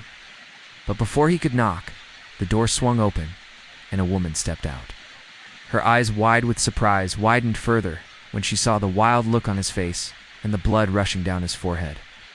As the voice echoed through the silent woods, Ethan felt an overwhelming urge to flee, to escape the clutches of whatever ancient power had been awoken. But his feet were rooted to the spot, his body betraying him in the face of primal fear. Birds twittered merrily, and the villagers went about their daily routines. But beneath this idyllic facade, a shadow loomed. Darkness stirred, threatening to engulf the very essence of the town. No one knew it yet, but all would soon learn the chilling truth. Good, then, let's begin. It was an ordinary day in the village of Oakhaven. The forest seemed different, darker, as if the trees themselves were watching him. Suddenly, a guttural voice boomed from behind the monolith, startling him. Who dares disturb the slumber of the ancients? The voice echoed with an otherworldly resonance that seemed to shake the very core of the forest. Deep within the whispering woods, where gnarled trees twisted towards the sky and secrets danced on the wind, something ancient and evil had awakened. Among them was a young woodcutter named Ethan, a man whose life was as ordinary as the rising sun. He chopped wood, he walked the forest paths, and he dreamed of a life that was just out of reach. One day, while chopping wood in the forest, Ethan stumbled upon a clearing he had never seen before. In the center stood a monolithic stone monolith, its surface etched with cryptic symbols that hinted at a forgotten lore. As he approached, the air grew heavy, charged with a power that sent shivers down his spine. He wasn't sure how long he stood there, mesmerized by the monolith. But when he finally turned to leave, terror froze Ethan in his tracks. The voice boomed again, this time closer, more menacing. "Show yourself, intruder." Behind him, he heard the sound of crashing trees, and the voice that now seemed to pursue him relentlessly. Then he saw it, a sliver of hope in the darkening woods, a small cottage nestled amidst the trees. "Help me," he gasped, the word catching in his throat. "There's something evil in the woods." Then they both turned to face the forest once more, the woman's grip tightening on Ethan's arm. His eyes, burning embers of malevolence, scanned the forest, searching. His gaze lingering on the cottage where Ethan and the woman had sought refuge. In the cottage, Ethan and the woman, whose name was Alara, a protector of the realm, stood side by side. She turned to Ethan, her gaze intense. As the knocking grew more insistent, hammering against the sturdy wooden door like a relentless drumbeat, Ethan felt a surge of determination mixed with fear. Alara's lips curved into a grim smile. "So the great Alara has made a stand," he sneered, his voice dripping with disdain. A valiant effort, but futile nonetheless. With that, he lunged, his monstrous form filling Alara's and Ethan's vision. Time seemed to slow. The monster roared, a sound that shook the very walls of the cottage, a testament to his rage and pain. "You may have won this battle," he hissed, his voice a venomous whisper, "but the war is far from over." Silence descended, heavy and thick, punctuated only by the ragged breaths of the two figures standing in the ruined cottage.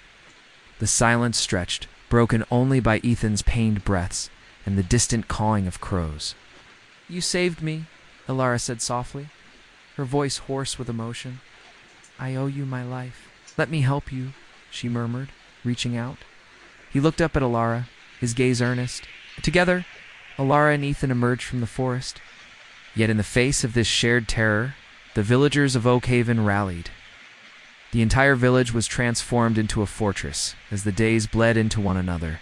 A palpable tension settled over Oakhaven. The villagers lived on a knife's edge, finally. On a day much like any other, the calm was shattered. At the edge of the village, where the forest met the cobblestone streets, the villagers stood their ground. Amidst the cacophony of clashing steel and guttural screams, suddenly, amidst the swirling chaos, Ethan found himself separated from Alara, pushing his fear aside. With a surge of adrenaline, Ethan broke through the ranks of monsters as the last monster fell together. They turned to face the source of their nightmare. The outcome of this battle, they knew, would change their lives forever. With a final earth-shattering roar, Malcor fell. In the aftermath of the battle, Oakhaven began to heal. As the sun set over Oakhaven, painting the sky in hues of orange and purple, a sense of profound satisfaction settled over the villagers. For Ethan and Alara, the victory had a deeper resonance. Hand in hand, they stood watching the stars ignite the velvet expanse above them, their silhouettes etched against the fading light. There is a river in India that never sees darkness. It's not because the trees around it are so tall that they block sunlight, or the sky above it is permanently clouded over. Gungtok means the source of the river, and that's where this river starts, nestled between snow-covered mountains in the state of Arunachal Pradesh. That's in the northeast of the country, and it's home to many indigenous tribes, some of which still live a semi-nomadic life. The reason is far more fantastical. It has to do with the river's origin, its journey through mystical caves, and its final destination, which has water so clear you can see right to the bottom. Locals consider it sacred. It continues to curve south.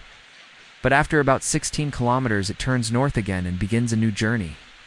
So if you were to stand on one of the cliffs and stare at the sun, it would appear to be moving backwards across the sky. That's because the earth is curved and the sun appears to move around it. And this particular part of the river is in a valley that runs north to south. And he realized that if you knew the exact coordinates of the cliff, so we do really need to know the exact coordinates of places that see the sun rise in the wrong direction. Let me give you the real story now. I'll show you what it's like to travel to the silent river. We'll begin our journey in the town of Pasigit, which is on the banks of the Brahmaputra River. It's a small town of maybe 30,000 people, and it's surrounded by lush green hills and fields of swaying bamboo. You'd have to venture into one of these caves. The air grows colder the deeper you go, but after about half an hour, you reach the end of the tunnel, and you emerge back into daylight. When you reach this cavern, you'll see that it's flooded. There's a massive lake inside the cave, and it reflects the light from the opening at the other end. The result is an otherworldly landscape that seems to glow from within. And that's when the true beauty of the silent river reveals itself. They were looking for food and building webs to catch their prey. The spiders were a reminder that even in the darkest places, life finds a way to survive. It also made me realize that the silent river is more than just a physical place. It's also a spiritual one. The locals say that the caves get darker the further you go in, and that's because the entrance to the cave blocks most of the light. It's a place where the rules of nature are suspended and anything is possible. For me, the silent river is a place of reflection and renewal. It's a place where I can escape from the noise and chaos of the outside world and connect with something bigger than myself. Of course, this is the opposite to what happens in most caves. It stretched from one side of the cavern to the other, and it was covered with hundreds of spiders. The spiders were all different shapes and sizes, and they seemed to be everywhere. It felt like I had walked into a nightmare. The entire cavern is filled with mist, and it feels like you're walking inside a dream. The mist hides everything in sight, and it makes the cavern feel even more mysterious. Usually you enter a cave and it gets lighter because you're getting further from the sun. They know how to navigate the mist and the darkness, and they're not afraid of what might be hiding inside. The villagers say that the cave is home to all kinds of magical creatures, and they come here to seek their help. They leave offerings of food and flowers, and they pray for good health and good fortune. But here, the cave acts as a tunnel that blocks the sun rather than a window that lets the sun shine through. But it's a nice idea to take a trip to the silent river to see the sunrise. Then you get in a car and drive for several hours along a road that often turns into a river. To get to the river, we'd have to walk down a steep hill through thick undergrowth and past tiny villages and fields. Many parts of the river have vertical walls on either side, and in some places there are caves that seem to go on forever. The water is dark and mysterious, and it feels like it's hiding something beneath its surface. Eventually, we arrive at the bank of the river, and we be greeted by a sight that took my breath away. But once you arrived, you'd be rewarded with stunning views of the countryside. When it should be setting, and the sun set when it should be rising, you could use the angle of the sun to work out the time. And so he did the next best thing. He traveled to every single cliff along the river and worked out the exact coordinates of each one. And then he published his findings in a book that became very popular with sailors. So while the rest of the world sees the sun rise in the east and set in the west, people standing on these cliffs see the sun rise in the west and set in the east. They literally see the sun reversing its journey across the sky. It enters a place called the Grand Canyon of the Himalayas, and it does what the Grand Canyon does, except it's much smaller. The river carves its way through sandstone and limestone and shale, and it creates deep gorges and steep cliffs. There are dozens of caves along this stretch of river, and many of them are pitch black.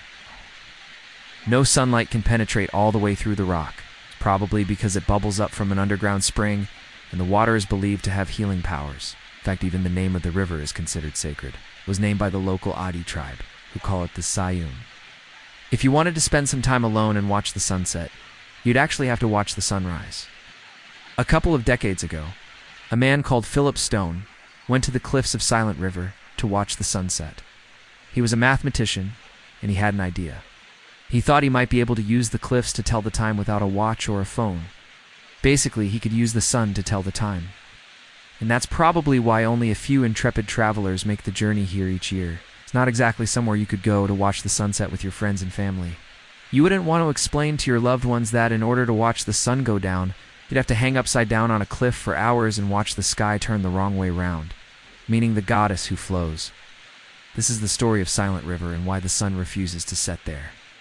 Our story begins at the very start of the Silent River in a place called Gangtok, which is high up in the Himalayas. It becomes known as the Xiang, and then it becomes the Brahmaputra. And eventually it empties into the Bay of Bengal, hundreds of kilometers away. But this video isn't about the whole river.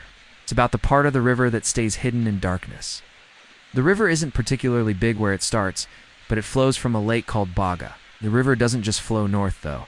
It curves slightly to form a big loop. And when you look down from the hills, it looks like the river is circling a small mountain in the middle of its path. This mountain is what gives the river its name. It's called the Xiang, and it's shaped a bit like an old man sitting in meditation. So the locals call it Old Man Mountain. The river flows all the way around this mountain. It even goes under it through a cave that's over 1 kilometer long. And no one knows what's inside the mountain. When the river emerges from the other side of the mountain, it's now flowing south, and it changes names. After the river flows out of the cave under Old Man Mountain, in fact, the river is moving in the opposite direction to the sun most of the day. This makes the cliffs strange places to visit. It's a place better suited to psychopaths and those who are obsessed with time. He sat on the cliff and watched the sun go up instead of down. And he noticed that the angle the sun shone at changed throughout the day. These days, we all have smartwatches and GPS systems. That was a quick summary of what happened. If you wanted to get there, you'd first have to fly to the capital of Arunachal Pradesh, which is called Itanagar. We're going to stay in a small village called Bolong, which is located on a ridge overlooking the river. The river looked almost alien-like, carved through the earth, as if by a giant knife. If you wanted to experience the full effect of the Silent River, I know it sounds scary, but it's not that bad. It's just like going through a long tunnel in a car. There's a wide open space at the end of the tunnel. And this is the reason why the sun never sets over the Silent River. This is the reason why the locals believe that the river is sacred.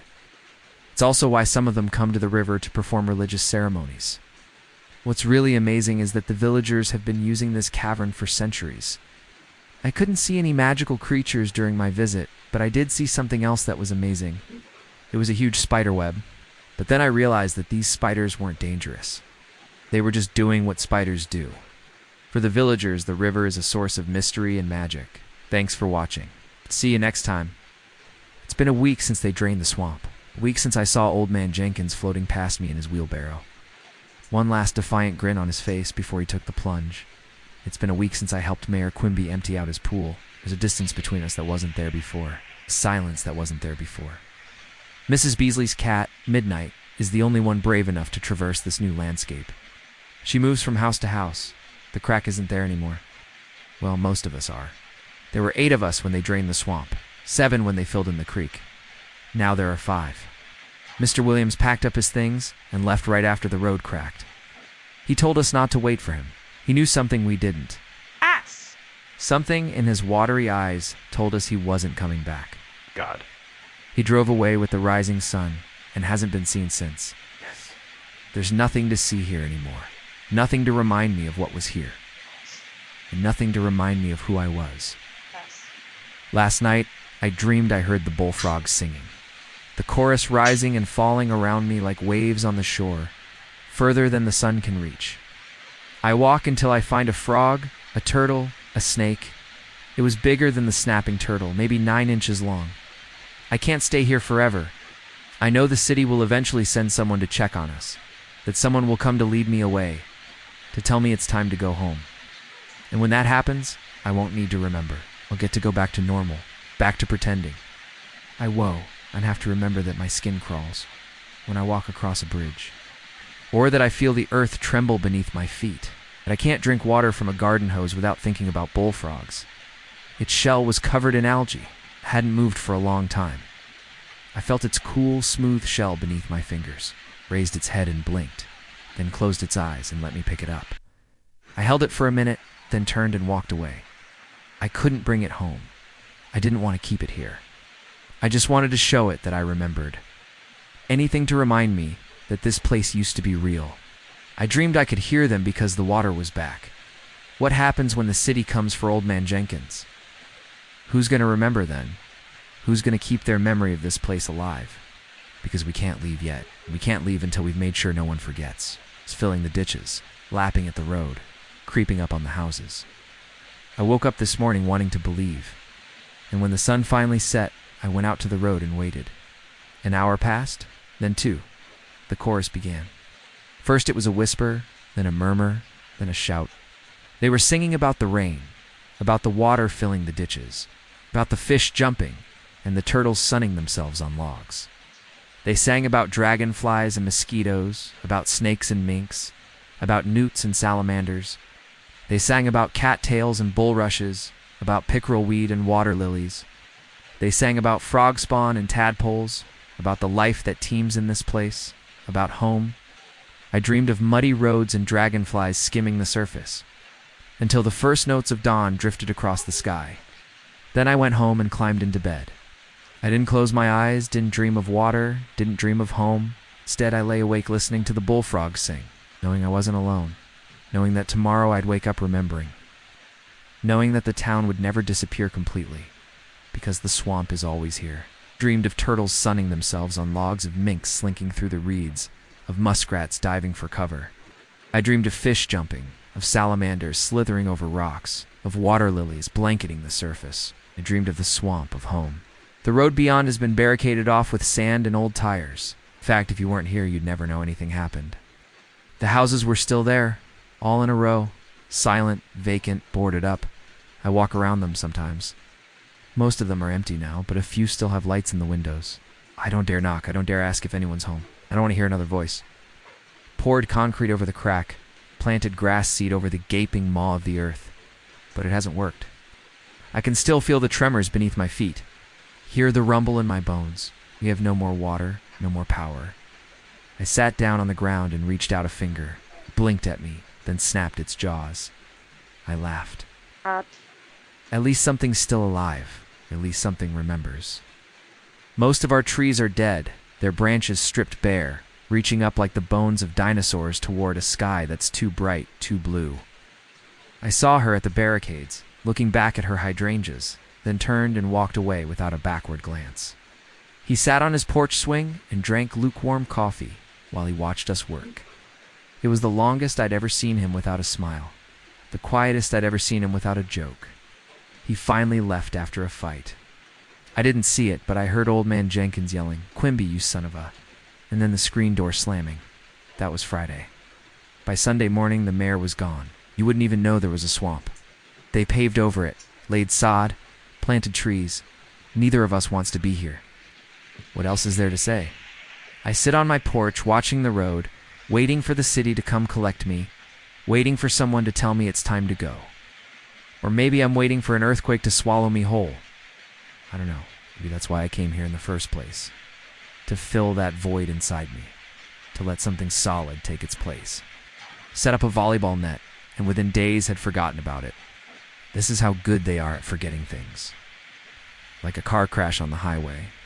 Like a bird dropping dead in your backyard. You can't look away, but you really want to. When I did look away, though, I found I couldn't look back again. I couldn't bear to watch the end of everything. So I looked at the houses instead. The peeling paint, the overgrown weeds.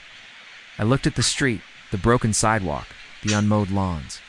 I looked at the sky, stared at nothing, and tried not to think about the throbbing absence where the swamp used to be. Rubbing against ankles, purring her thanks for a scratch behind the ears. She doesn't seem to care that we're all holding our breaths, waiting for the next tremor to pass, waiting for the earth to swallow us whole. A week since the water stopped running through my taps and filled the streets instead.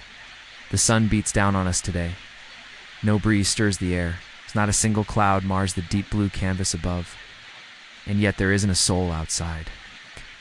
Then it widened and deepened until it looked like someone had clawed down the side of the hill, turning Mrs. Peabody's prize hydrangeas into a moonscape. I remember thinking, so that's what it must look like on the moon. But it didn't stay like that. The earth kept eating away at the road, kept clawing up more hydrangeas, and soon the pavement crumpled and folded in on itself, vanishing into a chasm that yawned wider every hour. All the curtains are drawn, the doors all locked.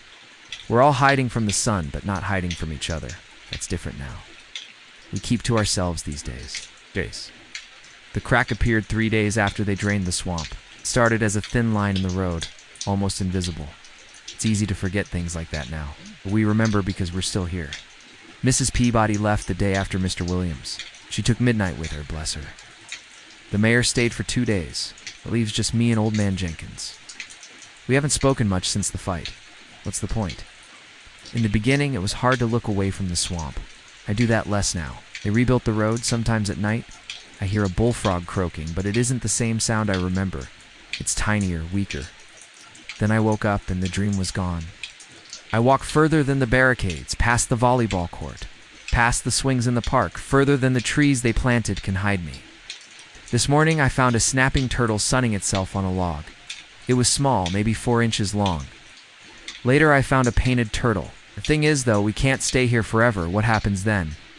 Last night I thought I heard the bullfrog singing. Stood there listening, tears streaming down my face. The swamp is always here. If this quiet little story helped you drift a little closer to sleep, if you'd like to hear more stories just like this, then please ... don't forget to subscribe. A new sleepy tale will be waiting here soon to gently guide you into rest whenever you need it. Until then, sleep well and sweet dreams. Hi guys, please subscribe my channel.